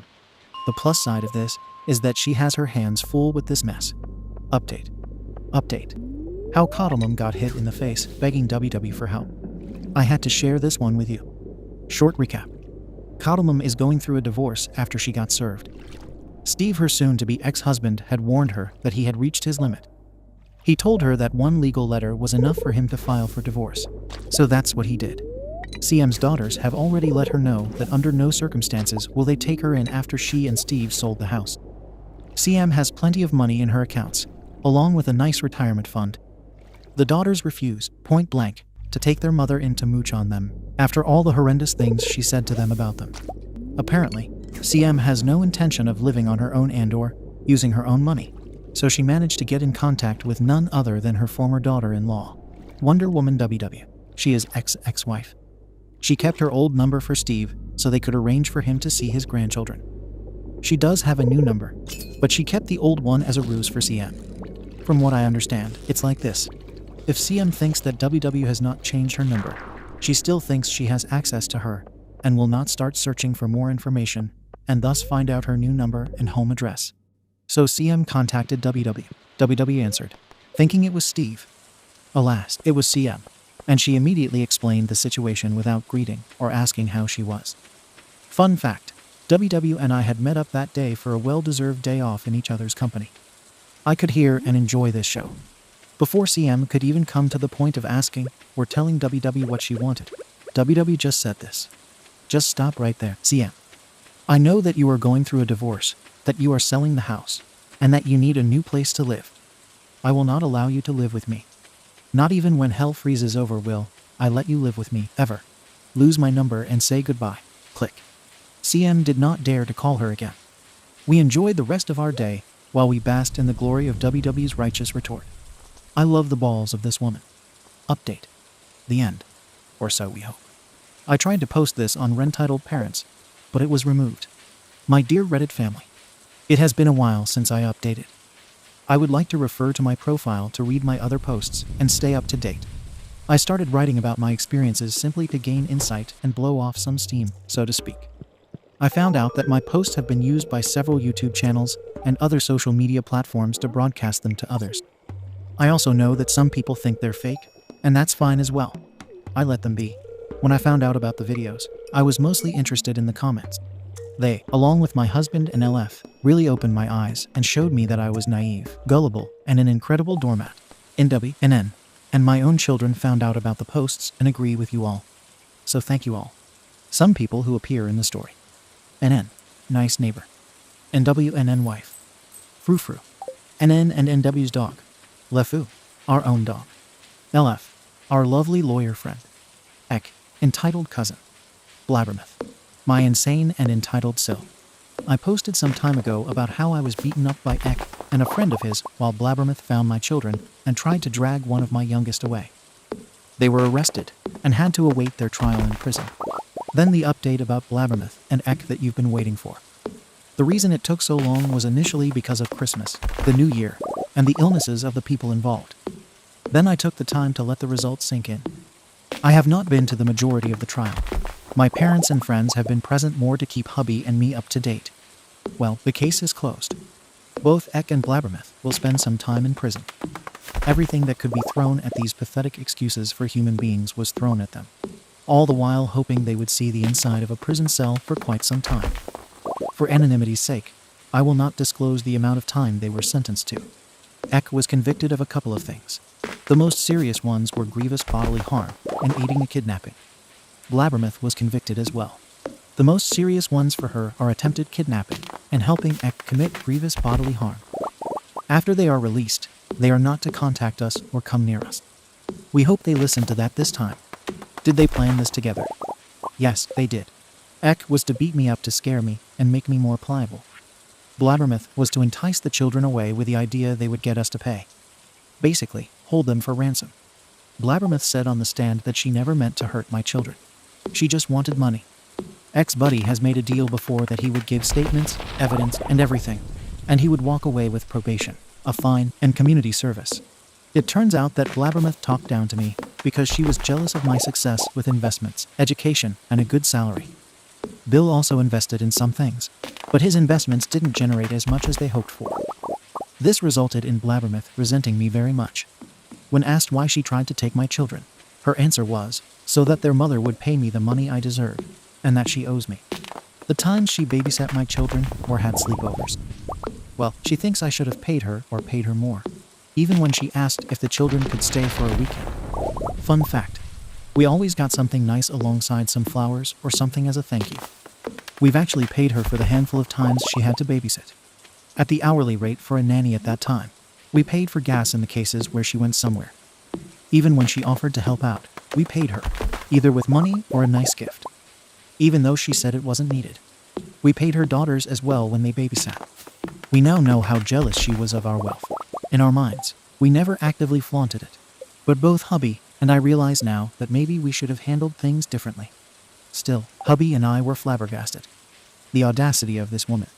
Mill and Phil are angry that she tried to abduct our children, but she was incredibly hurt as well. They never believed that their own daughter would go this far and be sent to prison. Mill is broken now. She initially asked us to forgive and or forget. Hubby and I lost our cool on this as Blabbermouth tried to harm our family. When Mill heard her own daughter say the reasons for her actions, we were told she cried. She knew the lengths to which hubby and I went to help out Blabbermouth and her family, with and without the funds we have now. She and Phil were shocked to their cores, according to friends of ours who witnessed them in the courtroom. But still pure joy for us regarding the outcome. Not only will we be free from Eck and Blabbermouth for some time, but they also got what they deserved. I will admit that I loved to see their faces when they were found guilty. Blabbermouth tried to plead or say something, blabbering all kinds of things I couldn't hear. She was crying so much. Her youngest son and husband are the only ones who support her. Her other children disowned her and never showed up. Eck became angry and started shouting and insulting everyone else. He has his own troubles. His wife filed for divorce after Eck was arrested, and she got custody of their children. She got a job and got the hell out. She moved, sold the house which was hers only, got a NC order, and is busy building a good life for herself and her children. So now he has no friends, no family, no wife, and not even his children. They are in the same age range as mine, and as of now, they don't want anything to do with their dad. His only supporter is his mother. Not even his father and sisters support him. LF and hubby are glad that I learned some valuable life lessons. I don't let family get away so easily anymore. In the past, I would always try to see the good in people. I still do. But I know that it's not always light. I have learned to make my boundaries known, decide which hills I'm willing to die on, and then fight. It's true that justice isn't always as sweet as this. X should have been locked away sooner, in my honest opinion. My children feel safe once again. They sleep better. Leffu, Frou-Frou, and his owners have helped a lot. NN and NW are real lifesavers. They've known from early on what the exact story was, have never asked for anything, and have given their love, support, advice, and trust in abundance. The children see them as an extra set of family, and NN and NW love to have them at their home. They could never have children. They see the children as their honorary nibblings. Eldest especially loves it that he has NN as another male figure to respect and learn from. In all this mess, NN gave insights that really helped him. I'm glad to have found a new family in this mess. I hope life will stay this way, at least for a while. I don't know if I'll be posting much after this. This saga of Eck and Blabbermouth has finally come to an end. Good luck to all. Update. Blabbermouth's youngest wants his college fund. Try different tactics. Dear Reddit family, I hope this finds you all in good health. Rest assured. This has to do with Blabbermouth's youngest. I've reread some of my posts, and I accidentally gave him 2 names. Eek the Apple Kid, as he is the apple of Blabbermouth's eye, and Sob the son of Blabbermouth. To clear things up, I'll use Sob. For those who follow me, you know that the young man, almost 19 now, had to say goodbye to his college fund from me and hubby because he did something stupid. His dearly beloved parents were not happy, as they have very little money left due to court costs and such. So it seems like he needs to get a job to fund his way through college. For some reason, he didn't have one before. I suspect Blabbermouth just paid for everything. He's already started, but he's not happy with the status quo. He has tried different tactics to get money from us. Before I start, we know that his parents have enough money left to pay for the majority of a year of college courses, but not for books and other necessary things. Bill still has a job that pays well enough. We know he pays in different installments during the year. This is normal here. About the funds, we had money set aside, but we always made it clear that we would get any information for the college courses and books. We never gave the money to prevent fraud. Every child and parent were aware of this fact. Attempt 1. Ringing the doorbell. Explained his situation. My parents don't have enough money to fund it, and I don't have a job. So I told him to get a job. He says he doesn't want to. I asked about the situation to see what he would say, and it turns out his parents can pay the majority of this year's tuition, but not the books or other years. I told him that I'm glad that at least this year's tuition is covered. He starts whining a bit. I repeated what I had said. He screwed over with his actions towards my children. He was warned. He was again informed that getting a job was good for him in many ways. After a while, he left, fuming. Attempt 2. Sending us texts, emails, and letters with, once again, lists of why he should get his money. Giving us deadlines to hand over his funds. We ignored this, but saved everything. Attempt 3. He sent us a not-so-officially looking letter from a legal firm, demanding that we hand over the college funds or legal action would be taken. This time I called LF, and we arranged a video call with Bill, a lawyer, and Sob. We told them that we wanted to talk about Sob's shenanigans, and that his latest was one that could get him in trouble with the law. What he was doing could be considered blackmail, and impersonating a lawyer or law firm is a big no-no as well. LF was having a lot of fun explaining this to Sob in detail. Then it was my turn. I wanted to set the record straight with Sob. Apparently, he thought that his siblings just had money in their bank accounts. I told him that wasn't the case, as he was told when he was 15 years old and repeated it many times over the years. I got receipts, letters, etc. from Bill and Blabbermouth, and then I paid for it. Not even a cent went into their bank accounts. In the case of money left after their college and wanting to use it for a down payment, I was the one to do this, in the presence of his eldest sister, and sent confirmation. Sob acted very surprised. Then I asked him why he was insisting on having money in his bank account. After a lot of hemming and hawing and avoiding the question, I told him what I was thinking. He just wanted the money and spent it on other things that weren't education related. He blushed. Then he got angry, started ranting, and spilled the beans. He wanted his father to pay for his college and work harder. If he couldn't bring up the money, his dad is also very handy and is a certified electrician, amongst other things. He didn't want to get a job, but wanted to live the good life with the money while taking his college time the easy way. The condensed version was something along the lines of, I don't want to work. You have the money, and my dad can work extra as a handyman, so I don't need to work. I want to take it easy with college and have fun. There are things about Bill that I don't like the fact that he went along with his wife and her shenanigans. What I do like is that his children can't sell him any crap. He allows them to make mistakes and has good talks with them. The 4 other children are good young adults, or are growing into adulthood as decent people. He is also a very hard-working man and respects other hard-working people deeply. So when his youngest tried to work him to the bone so Sob could dally a bit, he didn't take that well. Oh, heck no. That won't work for Bill.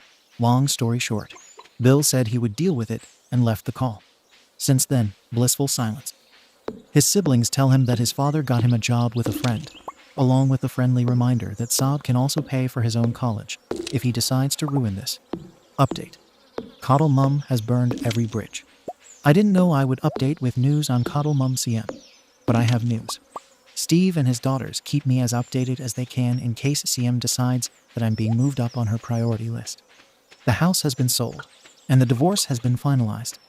Since they had renovated the house not long ago, people were very interested, and a buyer was found pretty quickly. CM and Steve are now officially no longer tied to one another. She walked away with a nice sum and had until the 15th of June to get her things out of the house and find herself a new place to live. Steve had been looking for an apartment since the start of the divorce proceedings and found one. It's quite close to his daughters and their families. He moved as soon as he could. On to Coddle Mum. I don't have everything clear, as my inside informants are not close to her anymore. So some details about what happened might be vague because of this. CM agreed to the sale, as she got a very nice sum of money. She also seemed to realize that if she did anything now, she would get herself in deep trouble. Yet, this wouldn't be CM, the Empress of Entitlement, if something weren't to happen. She had a whopping 5 weeks at this moment left to find alternative housing.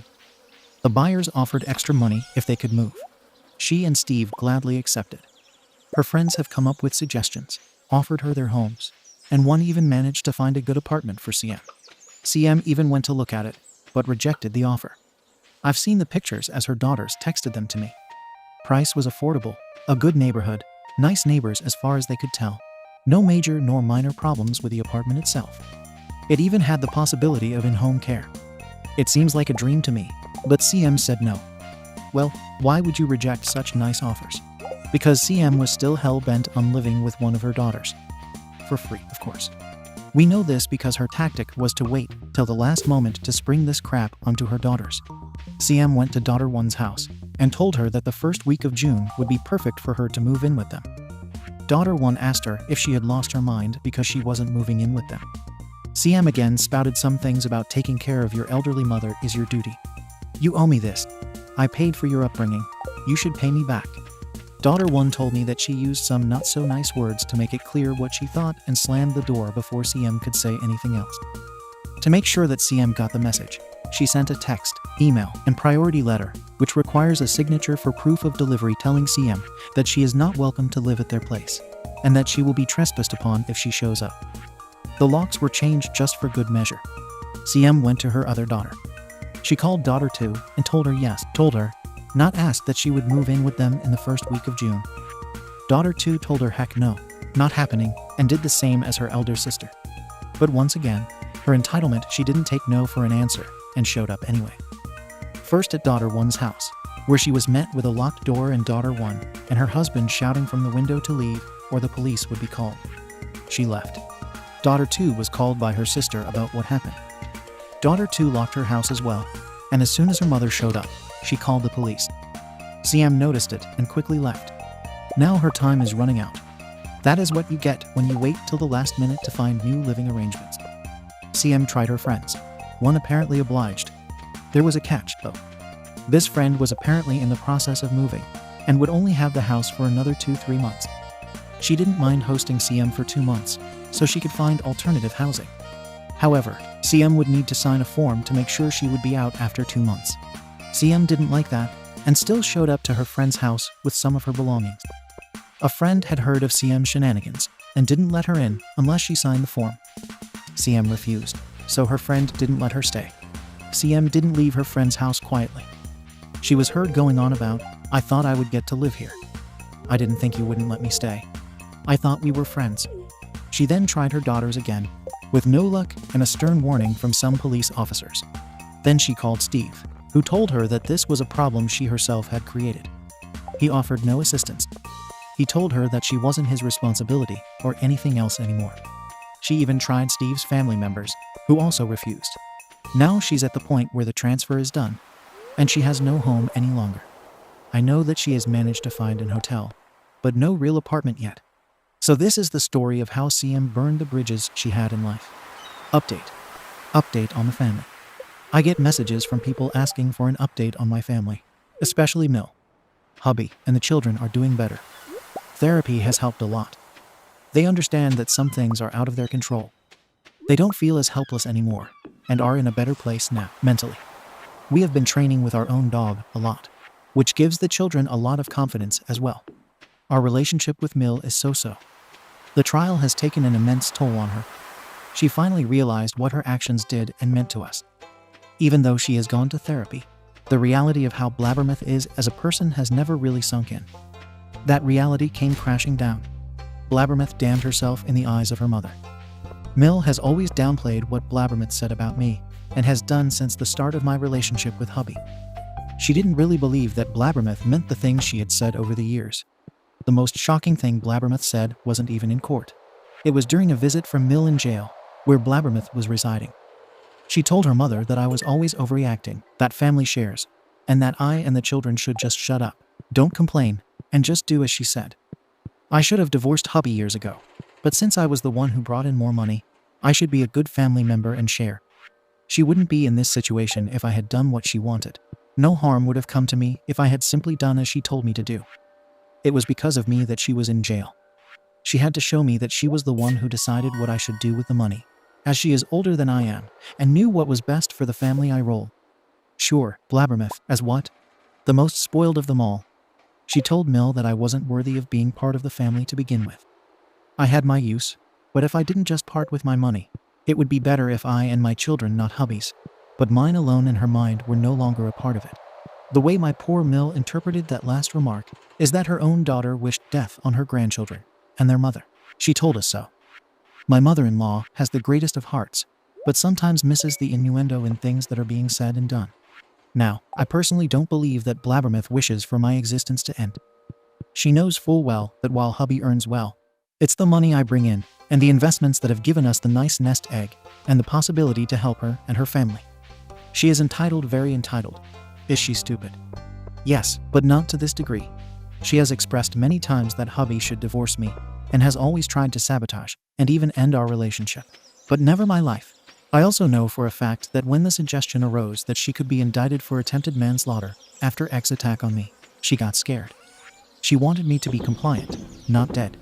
She knows that her brother, my husband, places me and the children on a pedestal, and by hurting me to this point, she has damaged their sibling relationship beyond repair. He has shown his anger towards her because of her actions against us. What would have happened if she was found to be responsible for my death? Blabbermouth had respect for her as his sister. She has lost that utterly. He doesn't care what happens to her anymore. He has completely disowned her. But that isn't the only thing. Her own mother thought that Blabbermouth wished for my death and the deaths of my children. We explained the above-mentioned things to her. We told Mill that she knew all the things we had done for Blabbermouth and her family, and for others as well. Mill didn't seem to hear us, understand, or be willing to understand. Mill now saw what her daughter had put me through. All those comments, all those snide remarks, all those digs, all the things she had done to slyly undermine me. Mill always excused those things.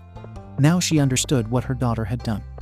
She understood the severity of her daughter's actions to make me compliant with her will, endangering my health and even my life. I am inflicting trauma on my children. As long as my and my husband's wills were broken and her demands were fulfilled, it didn't matter. The change in Mill was immense, and it left her broken. She no longer saw her daughter only as the loving mother, but also as the entitled woman she is, and the consequences of her own actions. Mill has been apologizing so much. She's been crying a lot. We look at Mill with a mixture of sadness and relief. Blabbermouth no longer has an ally in her mother. Blabbermouth's children, especially the two eldest, bluntly told Mill that they were glad that Mill finally came to this conclusion.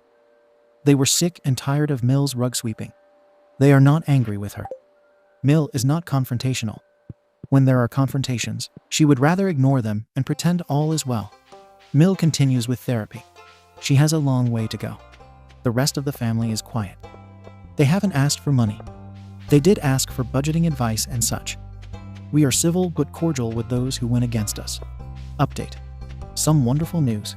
A very good friend of mine, Jake, fake name, showed up at my door with his great love as a surprise. They are getting married this summer, and I get to be the best woman. My husband is the best man.